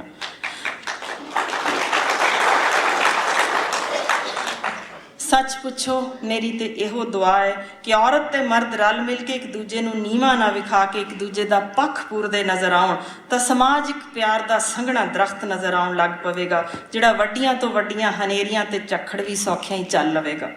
ਮੈਂ ਬੇਬਾਕ ਹੋ ਕੇ ਗੱਲ ਕੀਤੀ ਹੈ ਕਿ ਜਿਹੜੇ ਕੰਮ ਹਾਲੇ ਔਰਤ ਜ਼ਾਤ ਦੀ ਬਿਹਤਰੀ ਲਈ ਅਧੂਰੇ ਹਨ, ਉਹ ਪੂਰੇ ਕੀਤੇ ਜਾ ਸਕਣ ਤੇ ਸਿਰਫ ਕਿਤੇ ਫੋਕੇ ਨਾ ਭਾਸ਼ਣਾਂ ਤੱਕ ਹੀ ਅਸੀਂ ਸੀਮਤ ਹੋ ਕੇ ਨਾ ਰਹਿ ਜਾਈਏ, ਕਿਤੇ ਸਿਰਫ ਧਰਮ ਦੀਆਂ ਵਲਗਣਾਂ ਅੰਦਰ ਬੰਨ੍ਹ ਕੇ ਹੀ ਨਾ ਸੋਚ ਲਈਏ ਕਿ ਸਾਡੇ ਫਰਜ਼ ਪੂਰੇ ਹੋ ਚੁੱਕੇ ਨੇ। ਕਿਸੇ ਵੀ ਧਰਮ ਨੇ ਅਜੇ ਫਰਜ਼ ਪੂਰਾ ਨਹੀਂ ਜੇ ਕੀਤਾ। ਮੈਂ ਨਿਮਾਣੀ ਹੋਰ ਕੀ ਕਵਾਂ, ਮੇਰਾ ਖਿਆਲ ਹੈ ਮੇਰੇ ਨਾਲੋਂ ਇਹ ਤੁਕਾਂ ਵੱਧ ਸਪਸ਼ਟ ਕਰ ਦੇਣਗੀਆਂ ਕਿ ਗਲੀ ਅਸੀਂ ਚੰਗੀਆਂ, ਆਚਾਰੀ ਬੁਰਿਆਓ, ਮਨੋ ਕੁਸਦਾ ਕਾਲੀਆ, ਬਾਹਰ ਚਿਟਵੀ ਆਓ। ਜਿਵੇਂ ਫੁੱਲ ਬਾਰੇ ਕਿਹਾ ਜਾਂਦਾ ਹੈ ਨਾ, ਤੋੜਿਆ ਪਰੋਇਆ ਮਧੋਲਿਆ ਤੇ ਭਾਵੇਂ ਸੁੱਟ ਦਿੱਤਾ, ਕਿਸੇ ਫੁੱਲ ਦਾ ਕਲੇਜਾ ਕਦੇ ਪੱਥਰ ਨਹੀਂ ਹੋਇਆ। ਬਿਲਕੁਲ ਇਸੇ ਤਰ੍ਹਾਂ ਔਰਤ ਜ਼ਾਤ ਨੂੰ ਕਿੰਨੀ ਵੀ ਬੁਰੀ ਤਰ੍ਹਾਂ ਮਧੋਲਿਆ ਗਿਆ ਹੋਏ, ਪਰ ਕਿਸੇ ਮਾਂ ਦਾ ਕਲੇਜਾ ਅੱਜ ਤਾਈਂ ਆਪਣੇ ਪੁੱਤਰ ਲਈ ਪੱਥਰ ਦਾ ਨਹੀਂ ਜੇ ਹੋਇਆ, ਫਿਰ ਵੀ ਜੰਮਦੀ ਏ। ਤੇ ਮੈਂ ਦੱਸ ਦਿਆਂ ਕਿ ਜੰਮਣ ਪੀੜਾਂ ਸਹਿਣੀਆਂ 20 ਹੱਡੀਆਂ ਇੱਕੋ ਸਮੇਂ ਟੁੱਟਣ ਦੇ ਬਰਾਬਰ ਨੇ। ਇੰਨੀ ਦਰਦ ਕਦੇ ਮਰਦ ਸਹਿ ਕੇ ਵਿਖਾ ਦੇਵੇ ਤਾਂ ਮੰਨੀਏ।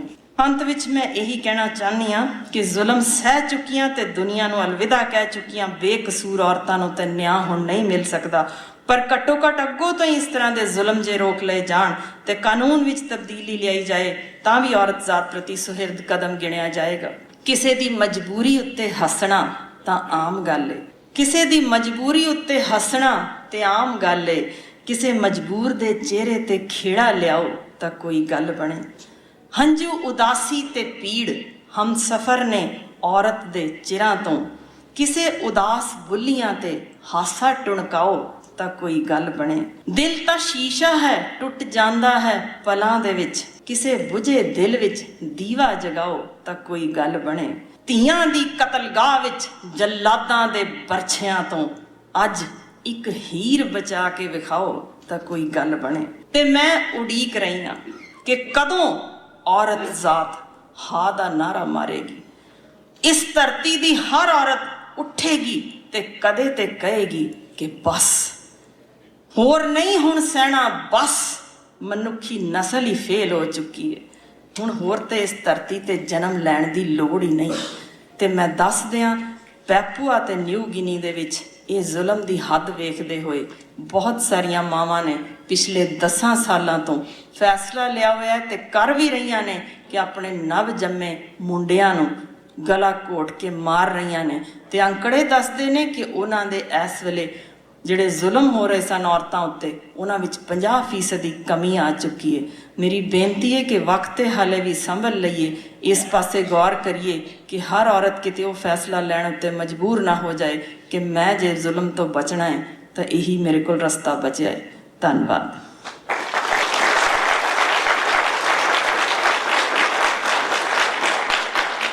ਮੈਂ ਚਾਹਾਂਗਾ ਕਿ ਸਾਰੇ ਖੜੇ ਹੋ ਕੇ ਇਸ ਪੰਜਾਬ ਦੀ ਧੀ ਦਾ ਸਵਾਗਤ ਕਰੀਏ। ਵਾਹਿਗੁਰੂ ਜੀ ਕਾ ਖਾਲਸਾ, ਵਾਹਿਗੁਰੂ ਜੀ ਕੀ ਫਤਿਹ। ਮੈਨੂੰ ਹੁਕਮ ਹੋਇਆ ਸੀ ਜੀ ਕਿ ਤੁਸੀਂ ਅੰਗਰੇਜ਼ੀ ਦੇ ਵਿੱਚ ਲੈਕਚਰ ਦੇਣਾ ਹੈ, ਕਿਉਂਕਿ ਇੱਥੇ ਸ਼ਾਇਦ ਅੰਗਰੇਜ਼ੀ ਪੰਜਾਬੀ ਸਮਝਣ ਵਾਲੇ ਬਹੁਤੇ ਨਾ ਹੋਣ। ਪਰ ਮੈਂ ਜਿਸ ਤਰ੍ਹਾਂ ਦਾ ਹੜ੍ਹ ਵੇਖਿਆ ਇੱਥੇ ਪੰਜਾਬੀਆਂ ਦਾ, ਮੈਨੂੰ ਲੱਗਦਾ ਮੈਂ ਪੰਜਾਬ ਵਿੱਚ ਹੀ ਲੈਕਚਰ ਦੇ ਰਹੀ ਹਾਂ, ਸ਼ਾਇਦ ਕੈਨੇਡਾ ਦੇ ਵਿੱਚ ਨਹੀਂ। ਤੇ ਸ਼ੁਕਰ ਕਰਦੀ ਹਾਂ ਰੱਬ ਦਾ ਕਿ ਤੁਸੀਂ ਆਪਣੀ ਜ਼ਬਾਨ ਪ੍ਰਤੀ ਇੰਨਾ ਕੁ ਮੋਹ ਪਾਲਿਆ ਹੋਇਆ ਆਪਣੇ ਦਿਲਾਂ ਦੇ ਵਿੱਚ ਕਿ ਮੈਨੂੰ ਸੰਗਤ ਵੱਲੋਂ ਹੀ ਹੁਕਮ ਹੋਇਆ ਕਿ ਅਸੀਂ ਅੰਗਰੇਜ਼ੀ 'ਚ ਨਹੀਂ ਸੁਣਨਾ, ਅਸੀਂ ਪੰਜਾਬੀ ਵਿੱਚ ਹੀ ਸੁਣਨਾ ਤੁਹਾਨੂੰ। ਮੈਂ ਜਿਵੇਂ ਦੱਸ ਹੀ ਚੁੱਕੇ ਨੇ ਕਿ ਸਲਾਈਡਸ ਸ਼ਾਇਦ ਹੋਣਗੀਆਂ ਅੰਗਰੇਜ਼ੀ ਦੇ ਵਿੱਚ, ਪਰ ਜਿਹੜਾ ਮੈਨੂੰ ਮੁੱਦਾ ਦਿੱਤਾ ਗਿਆ ਹੈ, ਜੇ ਮੈਨੂੰ ਕਹੋਗੇ ਤਾਂ ਮੈਂ ਸਾਲ ਇਹਦੇ 'ਤੇ ਬੋਲ ਸਕਦੀ ਹਾਂ, ਇੰਨੀਆਂ ਕੁ ਕਹਾਣੀਆਂ ਨੇ ਮੇਰੇ ਕੋਲ।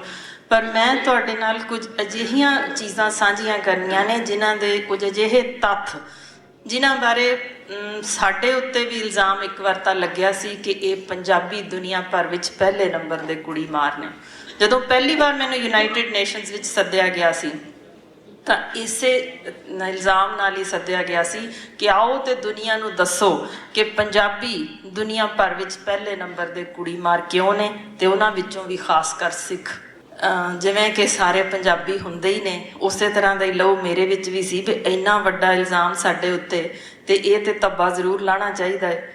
ਸੋ ਜੋ ਮੈਂ ਉਹਨਾਂ ਅੱਗੇ ਜੋ ਮੈਡੀਕਲ ਫੈਕਟਸ ਰੱਖੇ ਸਨ, ਜੋ ਵੱਖੋ ਵੱਖਰੇ ਜਿਹੜੇ ਵੀ ਵਿਗਿਆਨੀਆਂ ਨੇ ਕੱਢੇ ਸਨ ਅਲੱਗ-ਅਲੱਗ ਆਪੋ ਆਪਣੇ ਦੇਸ਼ਾਂ ਵਿੱਚ, ਉਹ ਅੰਕੜੇ ਮੈਂ ਜ਼ਰੂਰ ਦੱਸਣੇ ਨੇ ਤਾਂ ਜੋ ਕੱਲ੍ਹ ਨੂੰ ਜਦੋਂ ਤੁਹਾਡੇ ਉੱਤੇ ਕੋਈ ਉਂਗਲ ਚੱਕੇਗਾ ਕਿ ਤੁਸੀਂ ਕੁੜੀ ਮਾਰੋ ਤਾਂ ਤੁਸੀਂ ਦੱਸ ਸਕੋਗੇ ਵੀ ਜਦੋਂ ਅਸੀਂ ਕੁੜੀਆਂ ਮਾਰਨੀਆਂ ਸ਼ੁਰੂ ਕੀਤੀਆਂ ਸੀ ਉਸ ਤੋਂ ਪਹਿਲਾਂ ਤੁਸੀਂ ਕਿਸ ਹਾਲ 'ਤੇ ਪਹੁੰਚ ਚੁੱਕੇ ਸੀ। ਮੈਂ ਸ਼ੁਰੂ ਕਰਾਂਗੀ, ਇੱਕ ਐਂਥਰੋਪੋਲੋਜਿਸਟ ਸਨ ਲੈਲਾ ਵਿਲੀਅਮਸਨ, ਇੱਕ ਵਿੰਸੈਂਟ ਲੱਲ ਸੀ ਤੇ ਇੱਕ ਜੋਜ਼ਫ ਬਰਡਸਲ। ਇਹਨਾਂ ਨੇ ਕੁਝ ਅੰਕੜੇ ਇਕੱਠੇ ਕੀਤੇ ਸੀ ਕਿ ਜਦੋਂ ਅਜੇ ਪੱਥਰ ਯੁੱਗ ਦਾ ਸਮਾਂ ਸੀ, ਉਸ ਸਮੇਂ ਜਿਵੇਂ ਮੈਂ ਸਵੇਰ ਦੇ ਲੈਕਚਰ ਵਿੱਚ ਥੋੜ੍ਹਾ ਜਿਹਾ ਜ਼ਿਕਰ ਇਹਦਾ ਛੇੜਿਆ ਸੀ ਕਿ ਉਦੋਂ ਵੀ ਇਹ ਮਿਲੇ ਸਨ ਕਈ ਇਹੋ ਜਿਹੇ ਸਾਨੂੰ ਮਿਲੇ ਸਨ ਹਿਸਟੋਰੀਕਲ ਐਵੀਡੈਂਸਿਸ ਕਿ ਜਿਨ੍ਹਾਂ 'ਚ ਇਹ ਸਾਬਤ ਹੋ ਰਿਹਾ ਸੀ ਕਿ ਉਦੋਂ ਵੀ ਜੰਮਦੇ ਸਾਰ ਕੁੜੀ ਨੂੰ ਮਾਰਿਆ ਜਾਂਦਾ ਸੀ। ਤੇ ਉਸ ਸਮੇਂ ਦੀ ਜਿਹੜੇ ਟੋਟਲ ਨੰਬਰ ਆਫ ਬਰਥਸ ਜਦੋਂ ਉਦੋਂ ਗਿਣੇ ਗਏ ਸਨ, ਉਹਨਾਂ ਵਿੱਚੋਂ ਉਹਨਾਂ ਨੇ ਦੱਸਿਆ ਕਿ 15 ਤੋਂ 50% ਉਸ ਸਮੇਂ ਨਵ ਜੰਮੀਆਂ ਕੁੜੀਆਂ ਮਾਰੀਆਂ ਜਾਂਦੀਆਂ ਸਨ। ਤੇ ਇਹ ਉਦੋਂ ਤੱਕ ਚੱਲੀ ਗਿਆ ਜਦੋਂ ਤੱਕ ਕਿ ਇਨਸਾਨ ਨੂੰ ਐਗਰੀਕਲਚਰ ਯਾਨੀ ਖੇਤੀਬਾੜੀ ਨਾ ਉਹਨੇ ਸ਼ੁਰੂ ਕਰ ਦਿੱਤੀ। ਤੇ ਇਹਦਾ ਕਾਰਨ ਦਿੱਤਾ ਗਿਆ ਸੀ ਕਿ ਇਸ ਕਰਕੇ ਕਿ ਇਹ ਸਿਰਫ ਇੱਕ ਜ਼ਰੀਆ ਗਿਣੀਆਂ ਗਈਆਂ ਸਨ ਕਿ ਸਿਰਫ ਢਿੱਡ ਭਰਦੀਆਂ ਨੇ ਤੇ ਕਬੀਲੇ ਦਾ ਸਿਰਫ ਭਾਰ ਵਧਾਉਂਦੀਆਂ ਨੇ, ਗਿਣਤੀ ਵਧਾ ਦਿੰਦੀਆਂ ਨੇ। ਸੋ ਇਹਨਾਂ ਨੂੰ ਜਦੋਂ ਅਸੀਂ ਗਿਣਤੀ ਕਾਬੂ ਵਿੱਚ ਰੱਖਣੀ ਹੋਏ ਤੇ ਜਾਂ ਸਾਨੂੰ ਜਦੋਂ ਅੰਨ ਨਾ ਨਸੀਬ ਹੋ ਰਿਹਾ ਹੋਏ ਤੇ ਇਹਨਾਂ ਨੂੰ ਮਾਰ ਸੁੱਟੋ, ਵੱਢ ਸੁੱਟੋ। ਇਸ ਤਰ੍ਹਾਂ ਦੇ ਉਦੋਂ ਵੀ ਜੇ ਇਹ ਕਿਵੇਂ ਸਾਬਤ ਹੋਇਆ ਕਿ ਉਹਨਾਂ ਨੂੰ ਦਿਖਿਆ ਸੀ ਕੁਝ ਕੱਟੇ ਵੱਡੇ ਸਿਰ, ਜਿਨ੍ਹਾਂ ਦੇ ਲਗਭਗ 20,000 ਅਜਿਹੇ ਖੂਹ ਮਿਲੇ ਸੀ ਜਿਨ੍ਹਾਂ ਵਿੱਚ ਕੱਟ ਵੱਢ ਕੇ ਸੁੱਟੀਆਂ ਸੀ ਹੱਡੀਆਂ ਜਿਹੜੀਆਂ ਮਿਲੀਆਂ। ਤੇ ਅਫਸੋਸ ਕਿ ਸਾਰੀਆਂ ਦੀਆਂ ਸਾਰੀਆਂ ਹੀ ਹੱਡੀਆਂ ਉਹ ਕੁੜੀਆਂ ਦੀਆਂ ਸਨ। ਸਿਰ ਵੱਢੇ ਹੋਏ ਸੀ ਤੇ ਉਸ ਤਰ੍ਹਾਂ ਵੱਢ ਕੇ ਉਹ ਖੂਹ ਦੇ ਵਿੱਚ ਸੁੱਟ ਦਿੱਤੀਆਂ ਜਾਂਦੀਆਂ ਸੀ।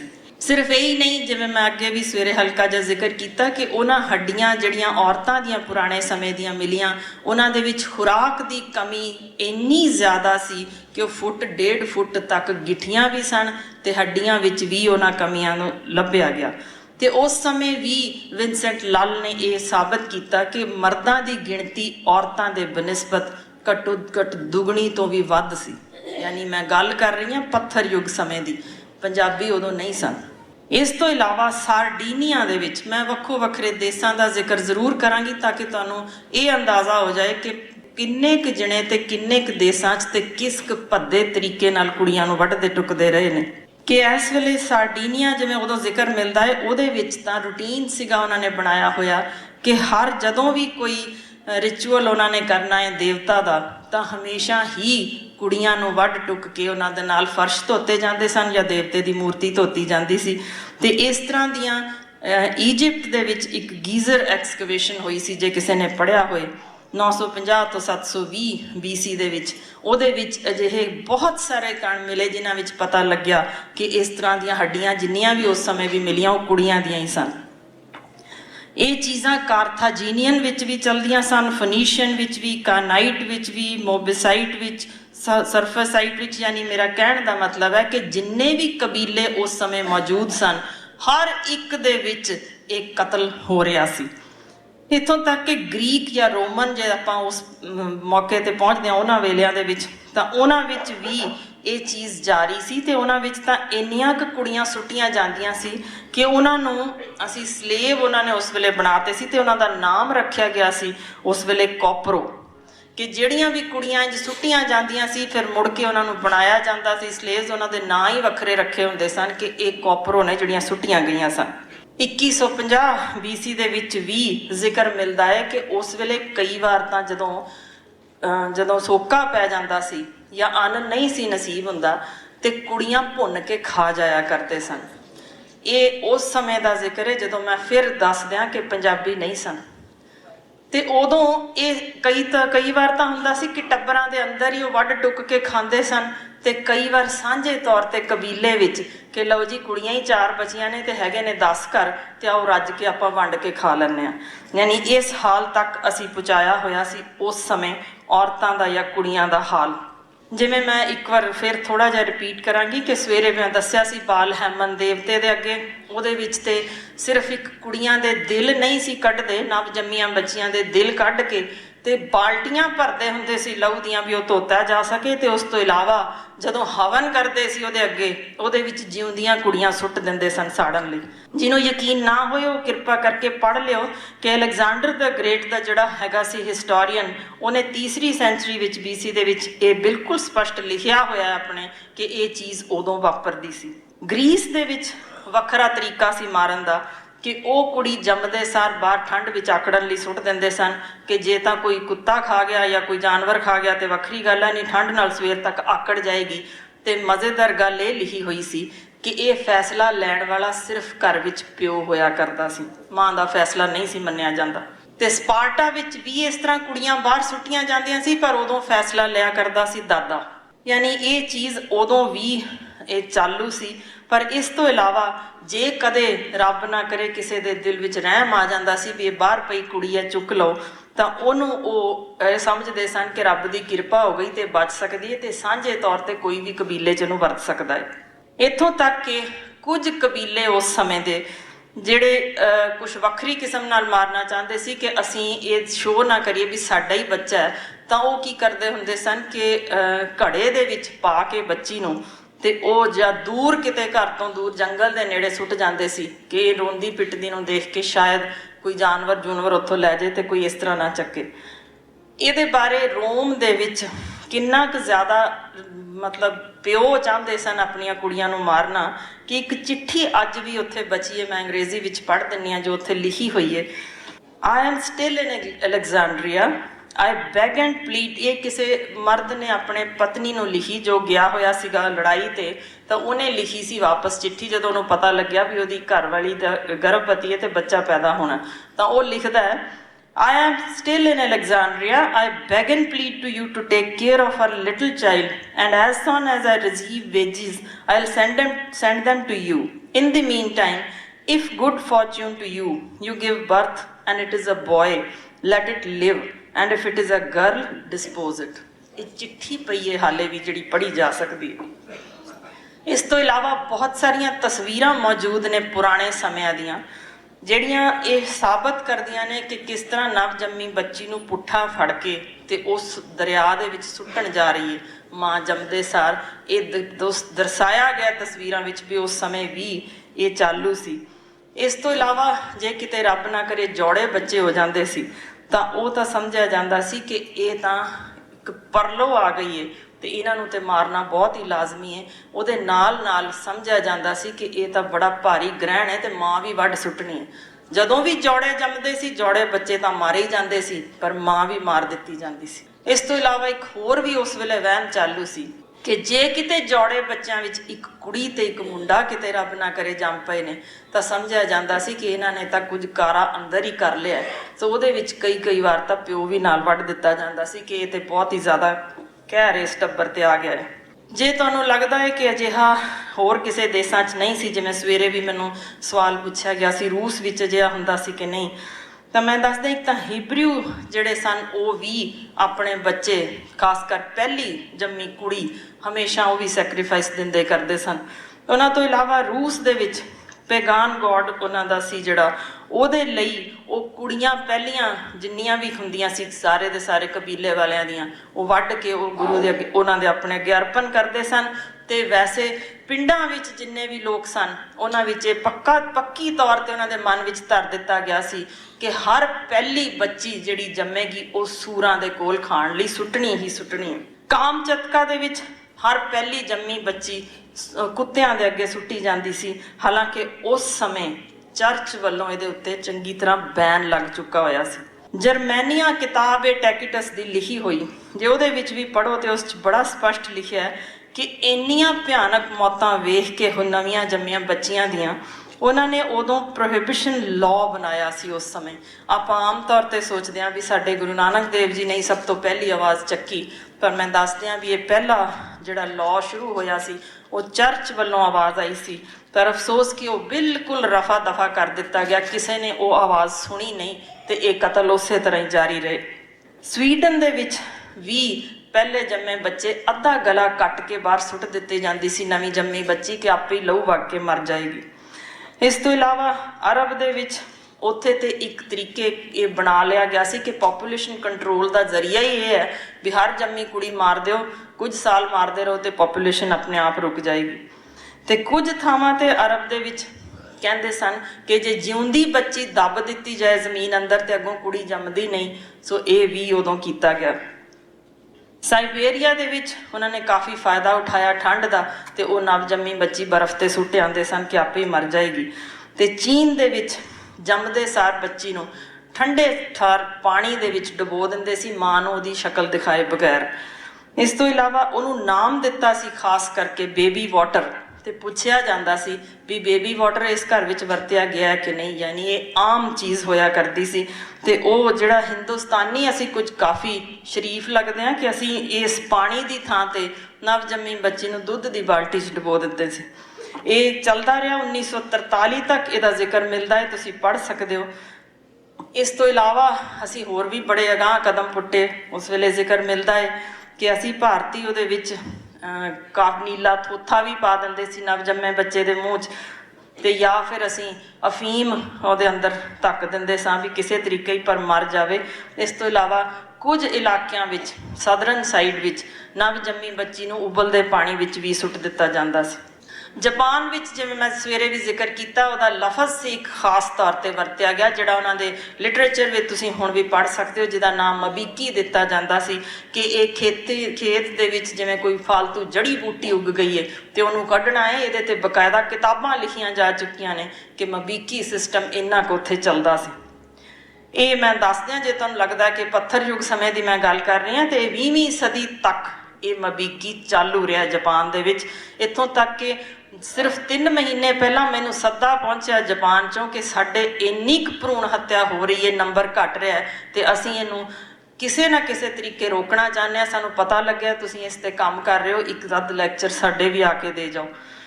ਸੋ ਤੁਸੀਂ ਸਮਝ ਸਕਦੇ ਹੋ ਕਿ ਉਹ ਵੀ ਕਿੰਨੇ ਫਿਕਰਮੰਦ ਨੇ ਇਸ ਬਾਰੇ। ਤੇ 20ਵੀਂ ਸਦੀ ਦੇ ਅਖੀਰ ਵਿੱਚ ਨਵਾਂ ਤਰੀਕਾ ਲੱਭਿਆ ਸੀ ਜਾਪਾਨੀਆਂ ਨੇ ਕਿ ਉਹ ਆਵਾਜ਼ ਨਾ ਕੱਢ ਸਕੇ ਬੱਚੀ, ਤਾਂ ਇਸ ਕਰਕੇ ਉਹ ਗਿੱਲਾ ਕਰਕੇ ਕਾਗਜ਼ ਤੇ ਉਹ ਸੰਘ ਦੇ ਵਿੱਚ ਚੰਗੀ ਤਰ੍ਹਾਂ ਫਸਾ ਦਿੰਦੇ ਸਨ ਨਵਜੰਮੀ ਬੱਚੀ ਦੇ ਕਿ ਇਸੇ ਤਰ੍ਹਾਂ ਹੀ ਮਰ ਜਾਏ ਤੇ ਚੰਗੀ ਗੱਲ। ਸਾਊਥ ਏਸ਼ੀਆ ਦੀ ਮੈਂ ਜ਼ਿਕਰ ਜ਼ਰੂਰ ਕਰਾਂਗੀ, ਜਿਸ ਬਾਰੇ ਹਿਸਟੋਰੀਅਨ ਫਰਿਸ਼ਤਾ ਨੇ ਲਿਖਿਆ ਕਿ ਉੱਥੇ ਇੱਕ ਨਵਾਂ ਤਰੀਕਾ ਸੀ ਨਵਜੰਮੀਆਂ ਬੱਚੀਆਂ ਨੂੰ ਮਾਰਨ ਦਾ ਕਿ ਪਿਓ ਆਂਦਾ ਸੀ ਬਾਹਰ, ਨਵਜੰਮੀ ਆਪਣੀ ਬੱਚੀ ਨੂੰ ਲੈ ਕੇ ਪੁੱਠਾ ਫੜ ਲੈਂਦੇ ਸੀ ਤੇ ਪੈਰ ਤੋਂ ਫੜ ਕੇ ਫਿਰ ਉਹਨੂੰ ਦੂਜੇ ਹੱਥ 'ਚ ਫੜਿਆ ਹੁੰਦਾ ਸੀ ਚਾਕੂ। ਭੀੜ ਇਕੱਠੀ ਕਰਦੇ ਸੀ ਆਵਾਜ਼ਾਂ ਮਾਰ ਕੇ ਆ ਜਾਓ ਜੀ, ਤੇ ਕਹਿੰਦੇ ਸੀ ਇਸ ਬੱਚੀ ਨੂੰ ਕਿਸੇ ਨੇ ਆਪਣੀ ਪਤਨੀ ਦੇ ਤੌਰ ਤੇ ਰੱਖਣਾ। ਜੇ ਤਾਂ ਕੋਈ ਭੀੜ ਵਿੱਚੋਂ ਹਾਮੀ ਭਰ ਦਿੰਦਾ ਸੀ ਰੱਖਣਾ ਤੇ ਠੀਕ ਹੈ, ਨਹੀਂ ਤਾਂ ਸਾਰਿਆਂ ਦੇ ਸਾਹਮਣੇ ਦੂਸਰੇ ਚਾਕੂ ਨਾਲ ਉਹਦੀ ਛਾਤੀ ਦੇ ਆਰ ਪਾਰ ਕਰ ਦਿੱਤਾ ਜਾਂਦਾ ਸੀ। ਇਸ ਤੋਂ ਇਲਾਵਾ ਅਸੀਂ ਗੰਗਾ ਵੀ ਬੜੀ ਵਰਤੀ ਕਿਉਂਕਿ ਨਵ ਜੰਮੀਆਂ ਬੱਚੀਆਂ ਨਾਲ ਉੱਥੇ ਢੇਰ ਦਾ ਢੇਰ ਇਸ ਤਰ੍ਹਾਂ ਭਰ ਦਿੱਤਾ ਗਿਆ ਸੀ ਕਿ ਸਮਝਿਆ ਜਾਣ ਲੱਗ ਪਿਆ ਵੀ ਜੇ ਪਹਿਲੀ ਕੁੜੀ ਆਪਣੀ ਗੰਗਾ 'ਚ ਸੁੱਟ ਆਓਗੇ ਤਾਂ ਗੰਗਾ ਨਹਾਉਣ ਜੋਗਾ ਹੀ ਸਮਝ ਲਓ ਕੰਮ। ਜੇ ਕਿਤੇ ਰੱਬ ਨਾ ਕਰੇ ਮਾਂ ਦੀ ਮੌਤ ਹੋ ਜਾਏ ਤੇ ਕੁੜੀ ਜੰਮੀ ਹੋਏ, ਮੁੰਡਾ ਹੋਏ ਤਾਂ ਉਹ ਜ਼ਰੂਰ ਪਾਲ ਦਿੱਤਾ ਜਾਂਦਾ ਸੀ, ਪਰ ਜੇ ਕੁੜੀ ਹੋਏ ਤਾਂ ਉਹਦੇ ਟੋਟੇ ਟੋਟੇ ਵੱਢ ਕੇ ਫਿਰ ਮਾਰਿਆ ਜਾਂਦਾ ਸੀ। ਇਹ ਸਮਝ ਲਿਆ ਜਾਂਦਾ ਸੀ ਕਿ ਇਹ ਕੋਈ ਕੁਦਰਤੀ ਕਰੋਪੀ ਹੈ ਕਿ ਇਹਨੇ ਮਾਂ ਨੂੰ ਮਾਰ ਦਿੱਤਾ ਆਂਦੇ ਸਾਰ। Handbook of north American Indians ਦੇ ਵਿੱਚ ਵੀ ਇੱਕ ਰਿਪੋਰਟ ਮਿਲਦੀ ਹੈ ਕਿ ਜਿਹੜੇ ਡੀਨ ਇੰਡੀਅਨ ਸਨ ਉੱਥੇ, ਤੇ ਖਾਸ ਕਰ ਮੈਕੈਂਜੀ ਮਾਊਂਟੇਨਸ ਜਿਹੜੇ ਕੈਨੇਡਾ ਦੇ, ਇਹਨਾਂ ਦੇ ਵਿੱਚ ਵੀ ਇਹ ਜ਼ਿਕਰ ਮਿਲਦਾ ਹੈ ਕਿ ਨਵ ਜੰਮੀਆਂ ਬੱਚੀਆਂ ਨੂੰ ਭੁੰਨ ਕੇ ਸਾਂਝੇ ਤੌਰ ਤੇ ਖਾਧੇ ਜਾਂਦਾ ਰਿਹਾ। ਪੋਲਰ ਦੇ ਏਰੀਆਜ਼ ਦੇ ਵਿੱਚ ਸਮੁੰਦਰ 'ਚ ਸੁੱਟ ਦਿੰਦੇ ਸਨ, ਅਲਾਸਕਾ ਵਿੱਚ ਬਰਫ਼ ਤੇ ਪਾ ਕੇ ਮਾਰਦੇ ਸਨ। ਯਾਨੀ ਕਿਸੇ ਵੀ ਤਰੀਕੇ ਕਿਸੇ ਵੀ ਥਾਂ ਜੇ ਕੋਈ ਬਚੀਏ ਤਾਂ ਉਹਨਾਂ ਨੇ ਆਪਣੇ ਵੱਖੋ ਵੱਖਰੇ ਤਰੀਕੇ ਇਜਾਦ ਕੀਤੇ ਹੋਏ ਸਨ। ਤੇ ਮੇਡੂ ਨੇਟਿਵ ਜਿਹੜੇ ਅਮਰੀਕਨ ਟਵਿਨਸ ਸਨ ਉਹਨਾਂ ਨੂੰ ਤਾਂ ਬਹੁਤ ਬੁਰੇ ਤਰੀਕੇ ਫਾਂਸੀ ਦੇ ਕੇ ਮਾਰ ਦਿੰਦੇ ਸਨ। ਤੇ ਟੈਕਸਸ ਵਿੱਚ ਇੱਕ ਵੇਲੇ ਦਾ ਜ਼ਿਕਰ ਮਿਲਦਾ ਕਿ ਉਹ ਇੰਨੀਆਂ ਕੁ ਮਾਰ ਦਿੱਤੀਆਂ ਸੀ ਉਹਨਾਂ ਨੇ ਕੁੜੀਆਂ ਕਿ ਉਹਨਾਂ ਨੂੰ ਹੋਰ ਥਾਵਾਂ ਤੋਂ ਲਿਆਉਣੀਆਂ ਪੈਂਦੀਆਂ ਸੀ, ਵਹੁਟੀਆਂ ਮਿਲਣੀਆਂ ਹੀ ਬੰਦ ਹੋ ਗਈਆਂ ਸਨ। ਮਤਲਬ ਮੈਂ ਤੁਹਾਨੂੰ ਸਿਰਫ ਇੰਨਾ ਦੇਰ ਇਹ ਸਮਝਾਉਣਾ ਚਾਹ ਰਹੀ ਹਾਂ ਕਿ ਸਿਰਫ ਇਹ ਹਿੰਦੁਸਤਾਨ ਦੇ ਵਿੱਚ ਨਹੀਂ ਸੀ, ਦੁਨੀਆ ਭਰ ਦੇ ਵਿੱਚ ਇਹ ਚਾਲੂ ਸੀ। ਤੇ ਇਹ ਵੀ ਗੱਲ ਨਹੀਂ ਕਿ ਜੇ ਤੁਸੀਂ ਸੋਚਦੇ ਹੋ ਕਿ ਮੈਂ ਗੱਲ ਕਰ ਰਹੀ ਹਾਂ ਸਿਰਫ 15ਵੀਂ 16ਵੀਂ 17ਵੀਂ 18ਵੀਂ ਸਦੀ ਦੀ, ਕਿਉਂਕਿ ਇਹ ਚੀਜ਼ਾਂ ਭਾਵੇਂ ਸਾਊਥ ਅਮਰੀਕਾ 'ਚ ਸੀ, ਭਾਵੇਂ ਪੈਰਾਗੁਏ 'ਚ ਸੀ, ਜਿਨ੍ਹਾਂ ਵਿੱਚ ਲਗਭਗ ਹਰ ਥਾਂ 'ਤੇ 50% ਦੇ ਨੇੜੇ ਤੇੜੇ ਨਵ ਜੰਮੀਆਂ ਬੱਚੀਆਂ ਮਾਰੀਆਂ ਜਾਂਦੀਆਂ ਰਹੀਆਂ ਨੇ। ਭਾਵੇਂ ਬ੍ਰਾਜ਼ੀਲ ਦੇ ਕਰੋਬੂ ਲੋਕ ਹੋਣ, ਅਮੇਜ਼ਨ ਹੋਣ, ਬਰੋਰੋ ਹੋਣ ਟਰਾਈਬ, ਜਾਂ ਰੋਮਨ ਹਿਸਟਰੀ ਵਿੱਚ ਤਾਂ ਫਿਲੋ ਨੇ ਕਿਹਾ ਹੈ ਕਿ ਪਹਿਲੀ ਵਾਰ ਜਿਹੜਾ ਰੋਮਨ ਲਾਅ ਬਣਿਆ ਸੀ 374 AD ਦੇ ਵਿੱਚ ਬਣਿਆ ਸੀ। ਪਰ ਤੁਸੀਂ ਵੇਖ ਸਕਦੇ ਹੋ ਕਿ ਕਿਸੇ ਕਿਸਮ ਦਾ ਕੋਈ ਕਾਨੂੰਨ ਅੱਜ ਤੱਕ ਕਿਤੇ ਵੀ ਸਫਲ ਨਹੀਂ ਹੋਇਆ। ਇੱਕ ਕਿਤਾਬ ਜੇ ਕਿਸੇ ਨੇ ਪੜ੍ਹੀ ਹੋਏ RJ ਰੁਮਲ ਨੇ ਲਿਖੀ ਸੀ, ਡੈਥ ਬਾਏ ਗਵਰਨਮੈਂਟ, ਉਹਦੇ ਵਿੱਚ ਉਹਨੇ 2-3 ਚੀਜ਼ਾਂ ਲਿਖੀਆਂ। ਇੱਕ ਤਾਂ ਇਹ ਕਿ ਤਿੱਬਰ ਨਦੀ ਸੀ ਜਿਹੜੀ, ਉਹਦੇ ਵਿੱਚ ਰੋਮਨ ਜਿਹੜੇ ਲੋਕ ਸਨ ਉਹ ਦਿਨ ਦਿਹਾੜੇ ਇੰਨੀਆਂ ਕੁ ਉਹਦੇ 'ਚ ਕੁੜੀਆਂ ਸੁੱਟ ਗਏ ਸਨ ਕਿ ਤਿੱਬਰ ਨਦੀ ਨੂੰ ਥੋੜ੍ਹਾ ਜਿਹਾ ਪਾਸਿਓਂ ਦੀ ਹੋ ਕੇ ਲੰਘਣਾ ਪਿਆ, ਉਹਦਾ ਕੋਰਸ ਹੀ ਬਦਲ ਗਿਆ ਸੀ। ਤੁਸੀਂ ਸਮਝ ਸਕਦੇ ਹੋ ਕਿ ਇੱਕ ਨਦੀ ਦਾ ਕੋਰਸ ਬਦਲ ਜਾਣਾ ਕਿੰਨੀਆਂ ਕੁ ਕੁੜੀਆਂ ਮਾਰ ਕੇ ਸੁੱਟੀਆਂ ਗਈਆਂ ਹੋਣਗੀਆਂ। ਤੇ ਉਹ ਸਮਾਂ ਇਹੋ ਜਿਹਾ ਆ ਗਿਆ ਸੀ ਕਿ 6000 ਟੱਬਰ ਜਿਹੜੇ ਉਸ ਸਮੇਂ ਰਹਿ ਰਹੇ ਸੀ ਉਹਨਾਂ ਵਿੱਚੋਂ ਸਿਰਫ 1% ਦੇ ਕੋਲ ਕੁੜੀਆਂ ਬਚੀਆਂ ਸਨ, ਸਾਰੀਆਂ ਹੀ ਮਾਰ ਦਿੱਤੀਆਂ ਗਈਆਂ ਸਨ।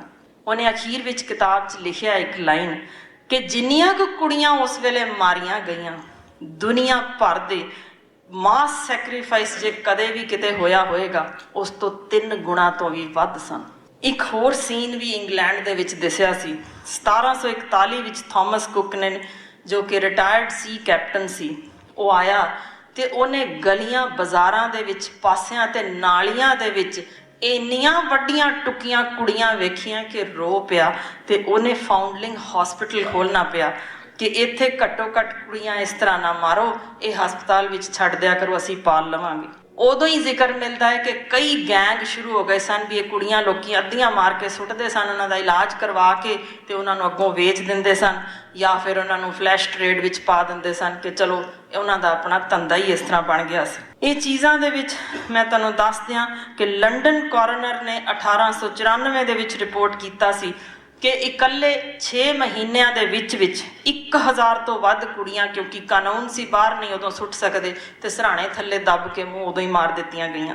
ਯੂਨਾਈਟਿਡ ਸਟੇਟਸ ਦੇ ਵਿੱਚ ਵੀ 18ਵੀਂ ਸਦੀ ਦੇ ਅੰਤ ਤੱਕ ਇਹ ਚੀਜ਼ ਚੱਲਦੀ ਰਹੀ ਸੀ। ਤੇ ਇਸ ਤੋਂ ਇਲਾਵਾ ਝਟਕੇ ਦੇ ਦੇ ਕੇ ਮਾਰਨ ਦਾ ਸਿਲਸਿਲਾ ਵੀ ਉੱਥੇ ਚਾਲੂ ਸੀ।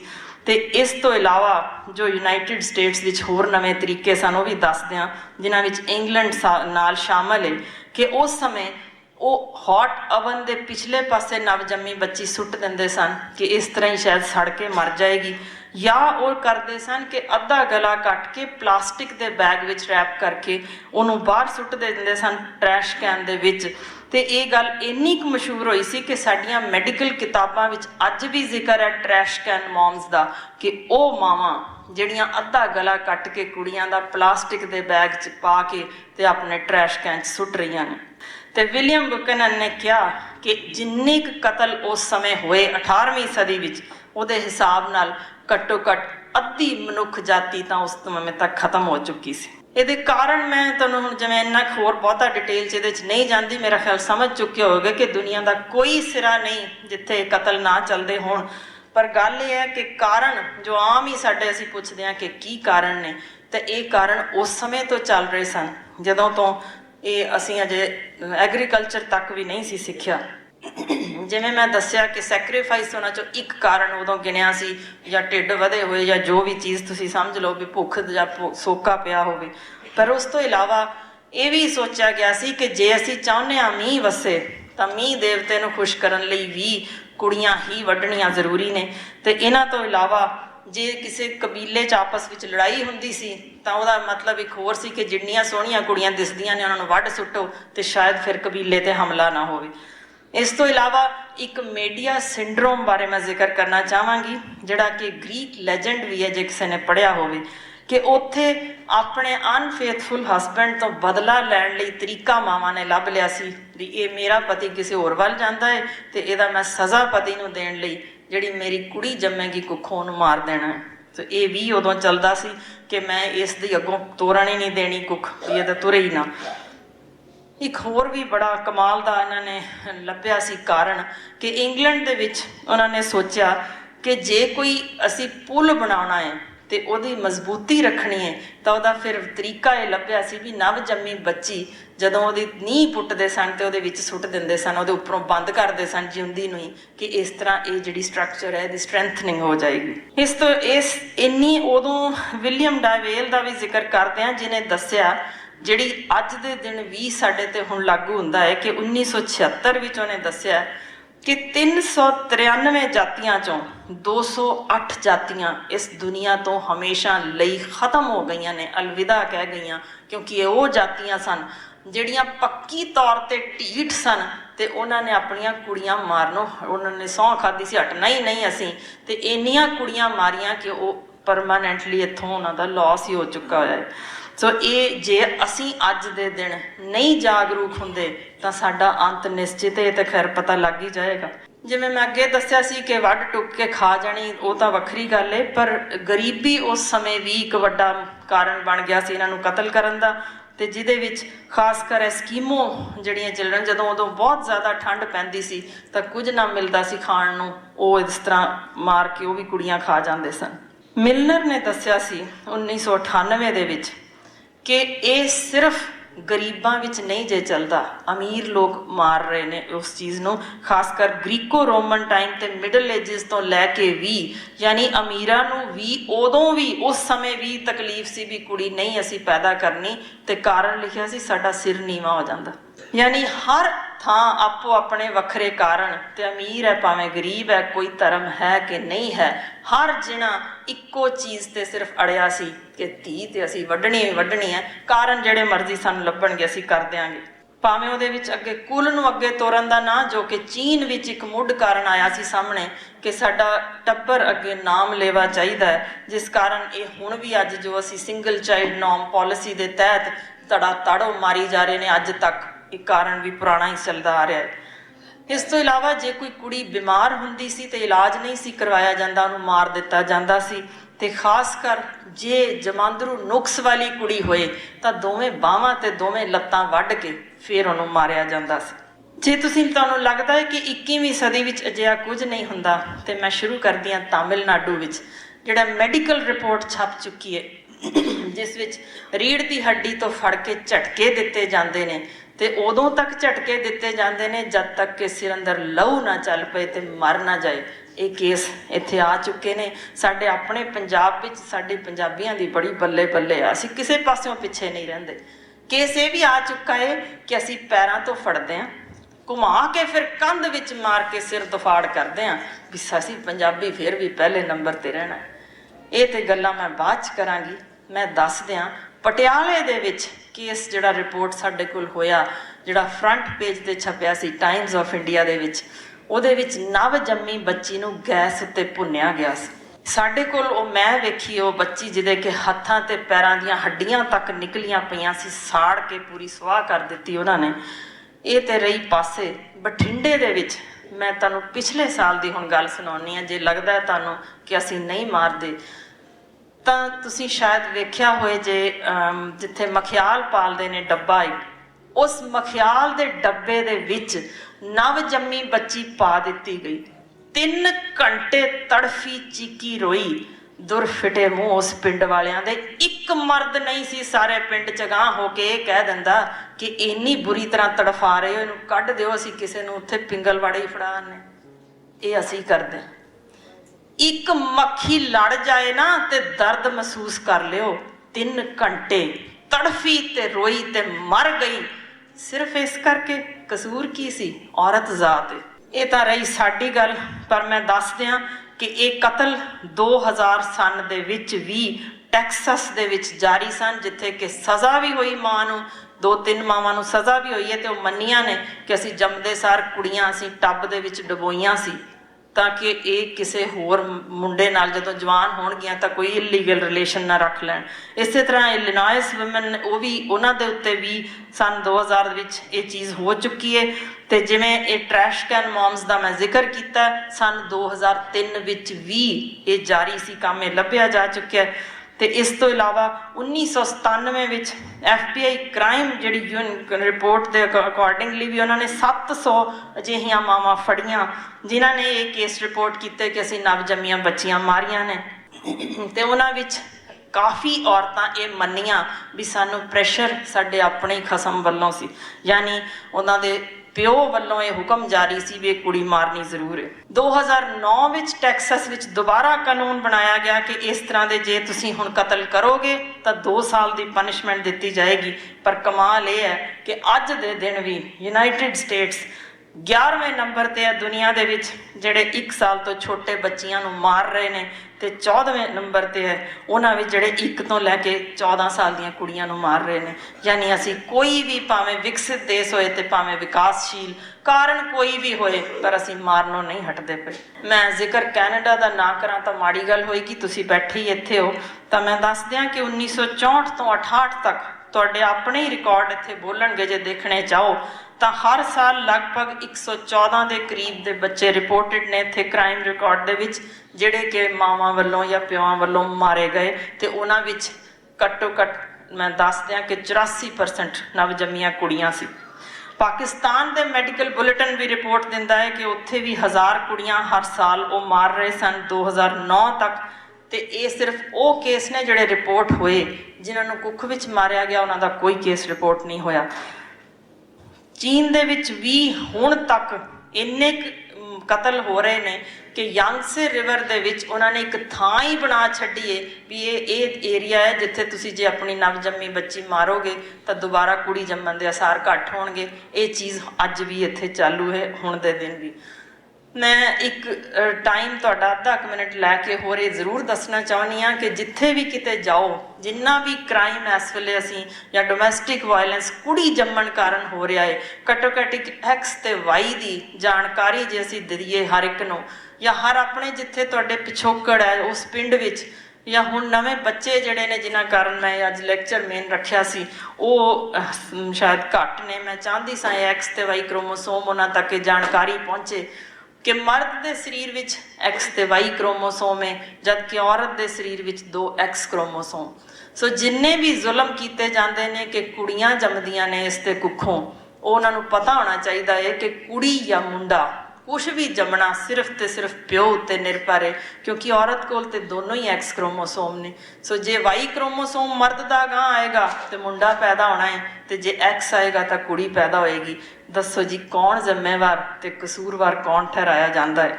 ਇੱਕ ਬੜੀ ਬ੍ਰਿਟਿਸ਼ ਟੀਵੀ ਡਾਕੂਮੈਂਟਰੀ ਦੇ ਵਿੱਚ ਦਿਖਾਈ ਗਈ ਸੀ ਡਾਇੰਗ ਰੂਮਸ ਨਾਮ ਦੀ ਫਿਲਮ, ਜੇ ਕਿਸੇ ਨੇ ਵੇਖੀ ਹੋਏ ਤਾਂ ਉਹ ਸਾਬਤ ਕਰਦੀ ਸੀ ਕਿ ਇਹ ਜਿਹੜਾ ਫੀਮੇਲ ਫਿਟੀਸਾਈਡ ਜਿਹੜਾ ਹੋ ਰਿਹਾ ਹੈ, this is the biggest single holocaust in human history, ਕਿਉਂਕਿ ਉਹਨਾਂ ਨੇ ਟੀਵੀ ਡਾਕੂਮੈਂਟਰੀ ਦੇ ਵਿੱਚ ਡਾਇੰਗ ਰੂਮਸ ਦਿਖਾਏ ਸੀ ਜਿੱਥੇ ਜਿਹੜੀਆਂ ਬੱਚੀਆਂ ਛੱਡੀਆਂ ਜਾਂਦੀਆਂ ਸੀ ਜਾਂ ਸੁੱਟੀਆਂ ਜਾਂਦੀਆਂ ਸੀ, ਕਿਸ ਤਰ੍ਹਾਂ ਇੱਕ ਹਨੇਰੇ ਕਮਰੇ ਦੇ ਵਿੱਚ ਉੱਥੇ ਤੜੀਆਂ ਹੋਈਆਂ 38 ਜਾਂ 39 ਬੱਚੀਆਂ ਨਿੱਕੇ ਜਿਹੇ ਕਮਰੇ ਵਿੱਚ, ਜਾਂ ਭੋਰੇ ਬਣਾ ਕੇ ਜ਼ਮੀਨ ਦੇ ਵਿੱਚ ਸੁੱਟੀਆਂ ਗਈਆਂ ਸੀ ਜਿੱਥੇ ਸੂਰਜ ਦੀ ਰੋਸ਼ਨੀ ਨਹੀਂ ਸੀ ਪਹੁੰਚਦੀ।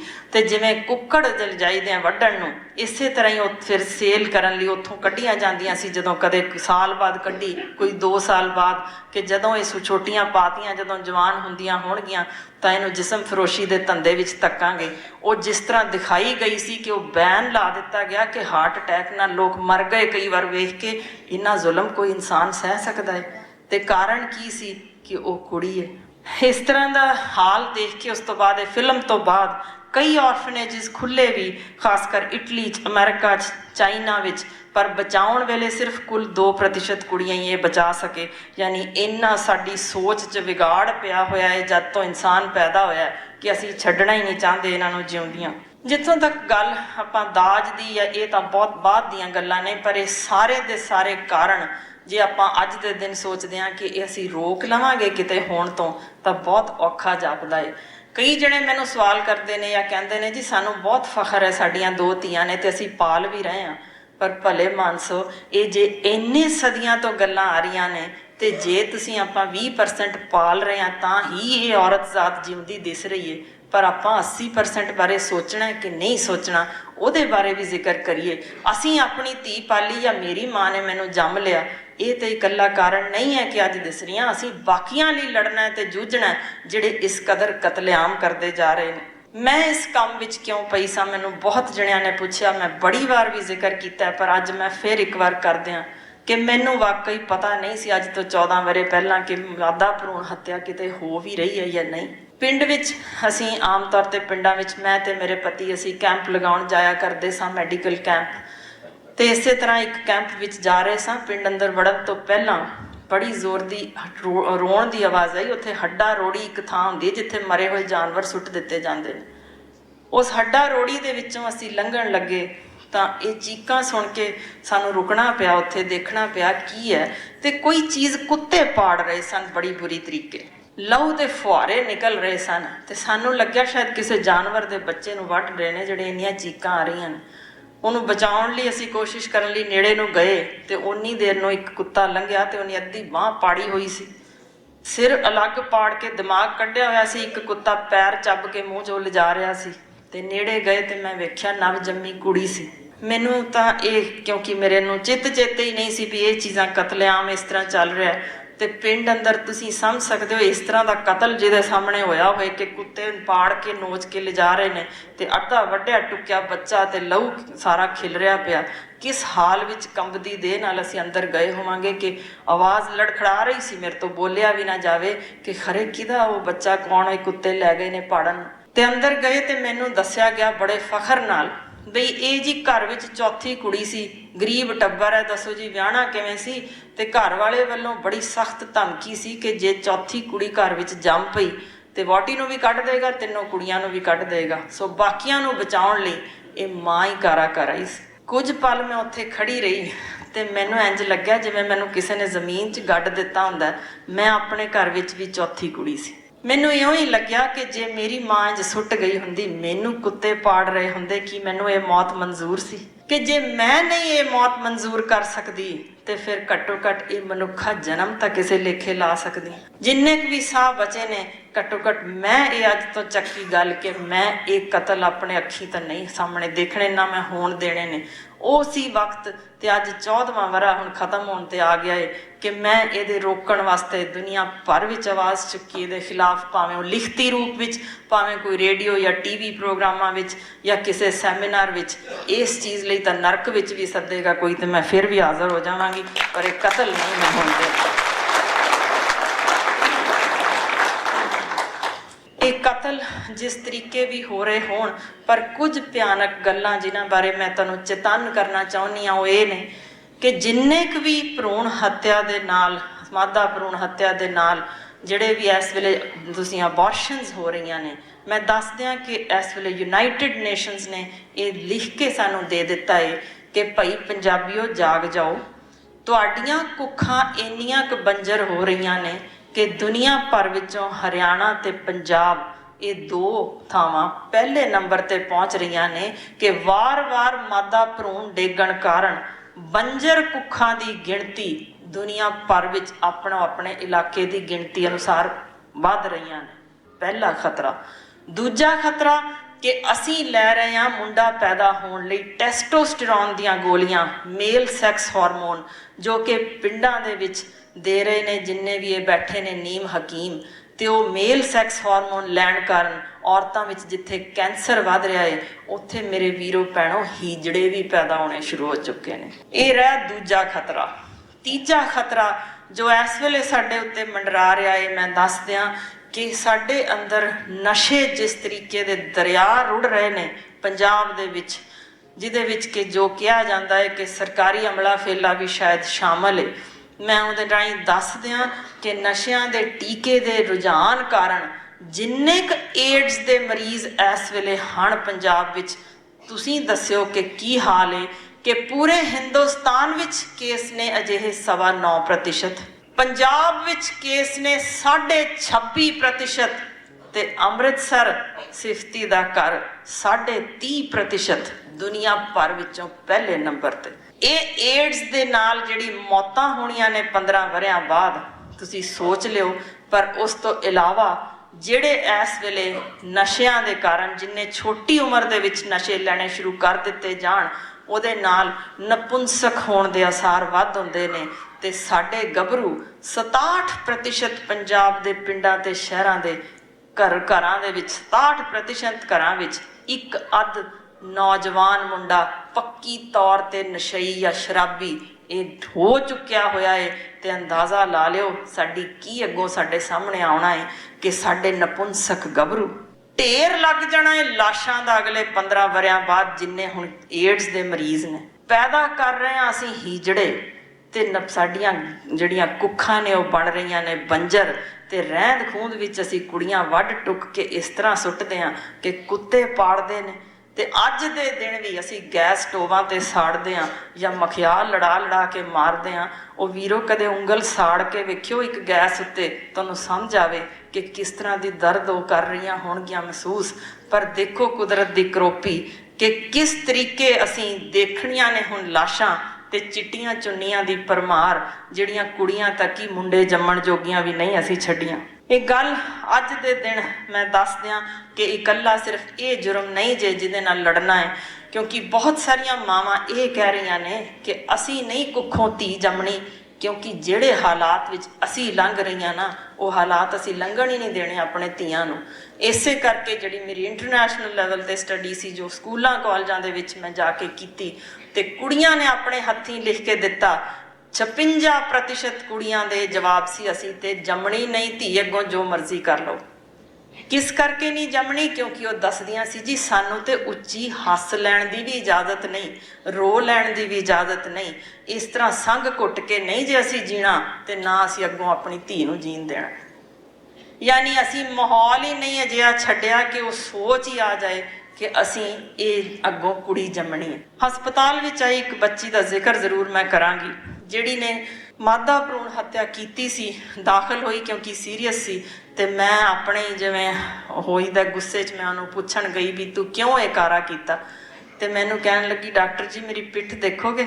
ਉਹਦੀ ਮੈਂ ਪਿੱਠ ਵੇਖੀ, ਪਟਿਆਂ ਨਾਲੋਂ ਕੁੜੀ ਕੁੱਟੀ ਹੋਈ ਸੀ, ਬਿਜਲੀ ਦੇ ਕਰੰਟ ਤੱਕ ਲੱਗੇ, ਉਹਦੀ ਚਮੜੀ ਸੜੀ ਪਈ ਸੀ।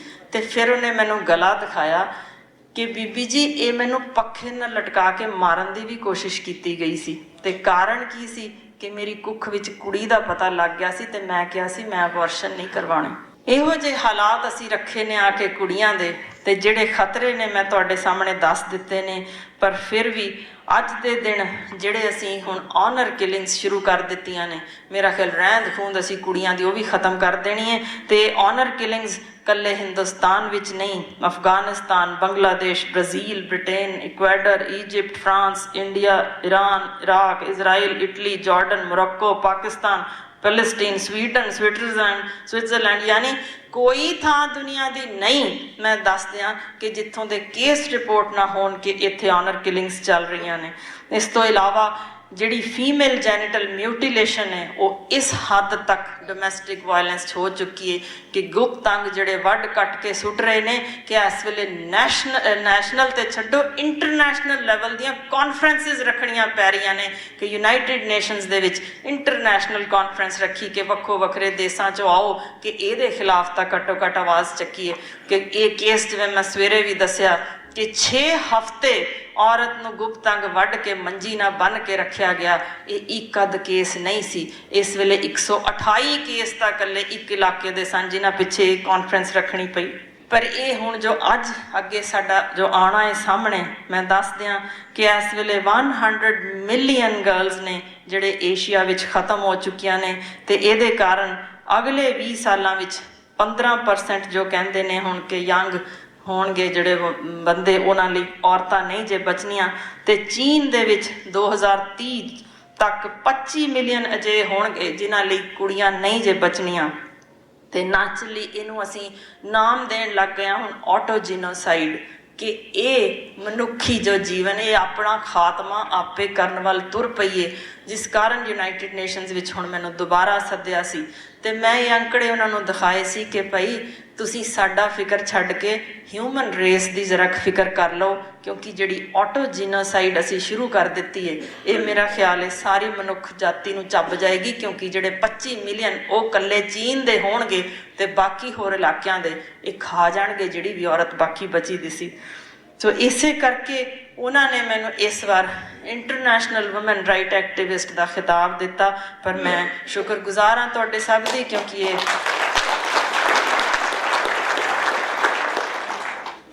ਕਿਉਂਕਿ ਇਹ ਜੇ ਇੰਨੇ ਸਦੀਆਂ ਤੋਂ ਅਸੀਂ ਸੋਚ ਨਹੀਂ ਬਦਲ ਸਕੇ, ਨਾਮੁਮਕਿਨ ਜਿਹੀ ਗੱਲ ਹੈ ਕਿ ਅਸੀਂ ਇਹ ਗੱਲ ਕਰੀਏ ਕਿ ਅਸੀਂ ਅੱਜ ਦੇ ਦਿਨ ਇੱਕ ਲੈਕਚਰ ਤੋਂ ਬਾਅਦ ਬਦਲ ਜਾਵਾਂਗੇ। ਪਰ ਮੇਰਾ ਕੰਮ ਸੀ ਇੱਥੇ ਆ ਕੇ ਇੱਕ ਲਾਟ ਬਾਲਣੀ। ਮੈਨੂੰ ਬੜਿਆਂ ਨੇ ਕਿਹਾ ਇੱਥੇ ਲੈਕਚਰ ਸ਼ੁਰੂ ਹੋਣ ਤੋਂ ਪਹਿਲਾਂ, ਤੈਨੂੰ ਲੱਗਦਾ ਹੈ ਇਸ ਲੈਕਚਰ ਤੋਂ ਬਾਅਦ ਕੋਈ ਬਦਲੇਗਾ? ਤੇ ਮੈਂ ਉਹਨਾਂ ਨੂੰ ਕਹਾਣੀ ਸੁਣਾਈ ਸੀ ਕਿ ਜਦੋਂ ਡੁੱਬਣ ਲੱਗਾ ਸੀ ਨਾ ਸੂਰਜ, ਬੜੀ ਹੈਂਕੜ ਸੀ ਉਹਦੇ ਵਿੱਚ ਕਿ ਮੈਂ ਤਾਂ ਚੱਲਿਆ, ਹੈ ਕੋਈ ਹੁਣ ਜੋ ਰੋਸ਼ਨੀ ਕਰ ਸਕੇਗਾ? ਤੇ ਇੱਕ ਟਿਮਟਿਮਾਉਂਦੇ ਹੋਏ ਦੀਵੇ ਨੇ ਕਿਹਾ ਸੀ ਮੈਂ ਕੋਸ਼ਿਸ਼ ਕਰ ਵੇਖਦਾ।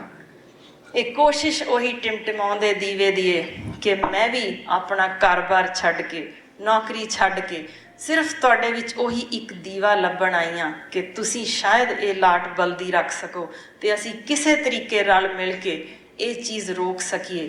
ਮੈਂ ਇਕੱਲੀ ਨੇ ਸ਼ੁਰੂ ਕੀਤਾ ਸੀ ਗਰੀਬ ਕੁੜੀਆਂ ਦੀ ਪੜ੍ਹਾਈ ਦਾ ਕੰਮ, ਪਰ ਮੈਂ ਦਿਲੋਂ ਸ਼ੁਕਰਗੁਜ਼ਾਰ ਹਾਂ ਤੁਹਾਡੇ ਕੈਨੇਡਾ ਵਾਸੀਆਂ ਦੀ, ਤੁਹਾਡੇ NRIs ਦੀ, ਜਿਨ੍ਹਾਂ ਨੇ ਦਿਲ ਖੋਲ ਕੇ ਮੇਰੇ ਨਾਲ ਜੁੜੇ ਤੇ ਅਸੀਂ ਉਹ ਟਰਸਟ ਬਣਾਈ ਤੇ ਇਸ ਵੇਲੇ 322 ਗਰੀਬ ਕੁੜੀਆਂ ਜਿਨ੍ਹਾਂ ਨੂੰ ਮਾਪੇ ਨਹੀਂ ਪੜ੍ਹਾਉਣਾ ਚਾਹੁੰਦੇ ਸੀ, ਸੁੱਟ ਦੇਣਾ ਚਾਹੁੰਦੇ ਸੀ, ਉਹ ਅਸੀਂ ਸ਼ਾਮਲ ਕੀਤੀਆਂ, ਜਿਨ੍ਹਾਂ 'ਚ ਕਰਜ਼ੇ ਦੇ ਡੁੱਬੇ ਕਿਸਾਨ ਵੀ ਨੇ, ਜਿਨ੍ਹਾਂ 'ਚ ਕਾਰਗਿਲ ਸ਼ਹੀਦ ਦੀਆਂ ਬੱਚੀਆਂ ਵੀ ਨੇ, ਕੁਝ 84 ਦੇ ਸ਼ਹੀਦ ਹੋਏ ਉਹਨਾਂ ਦੀਆਂ ਬੱਚੀਆਂ ਵੀ ਨੇ, ਉਹਨਾਂ ਦੀ ਪੜ੍ਹਾਈ ਅਸੀਂ ਚਲਾ ਰਹੇ ਹਾਂ।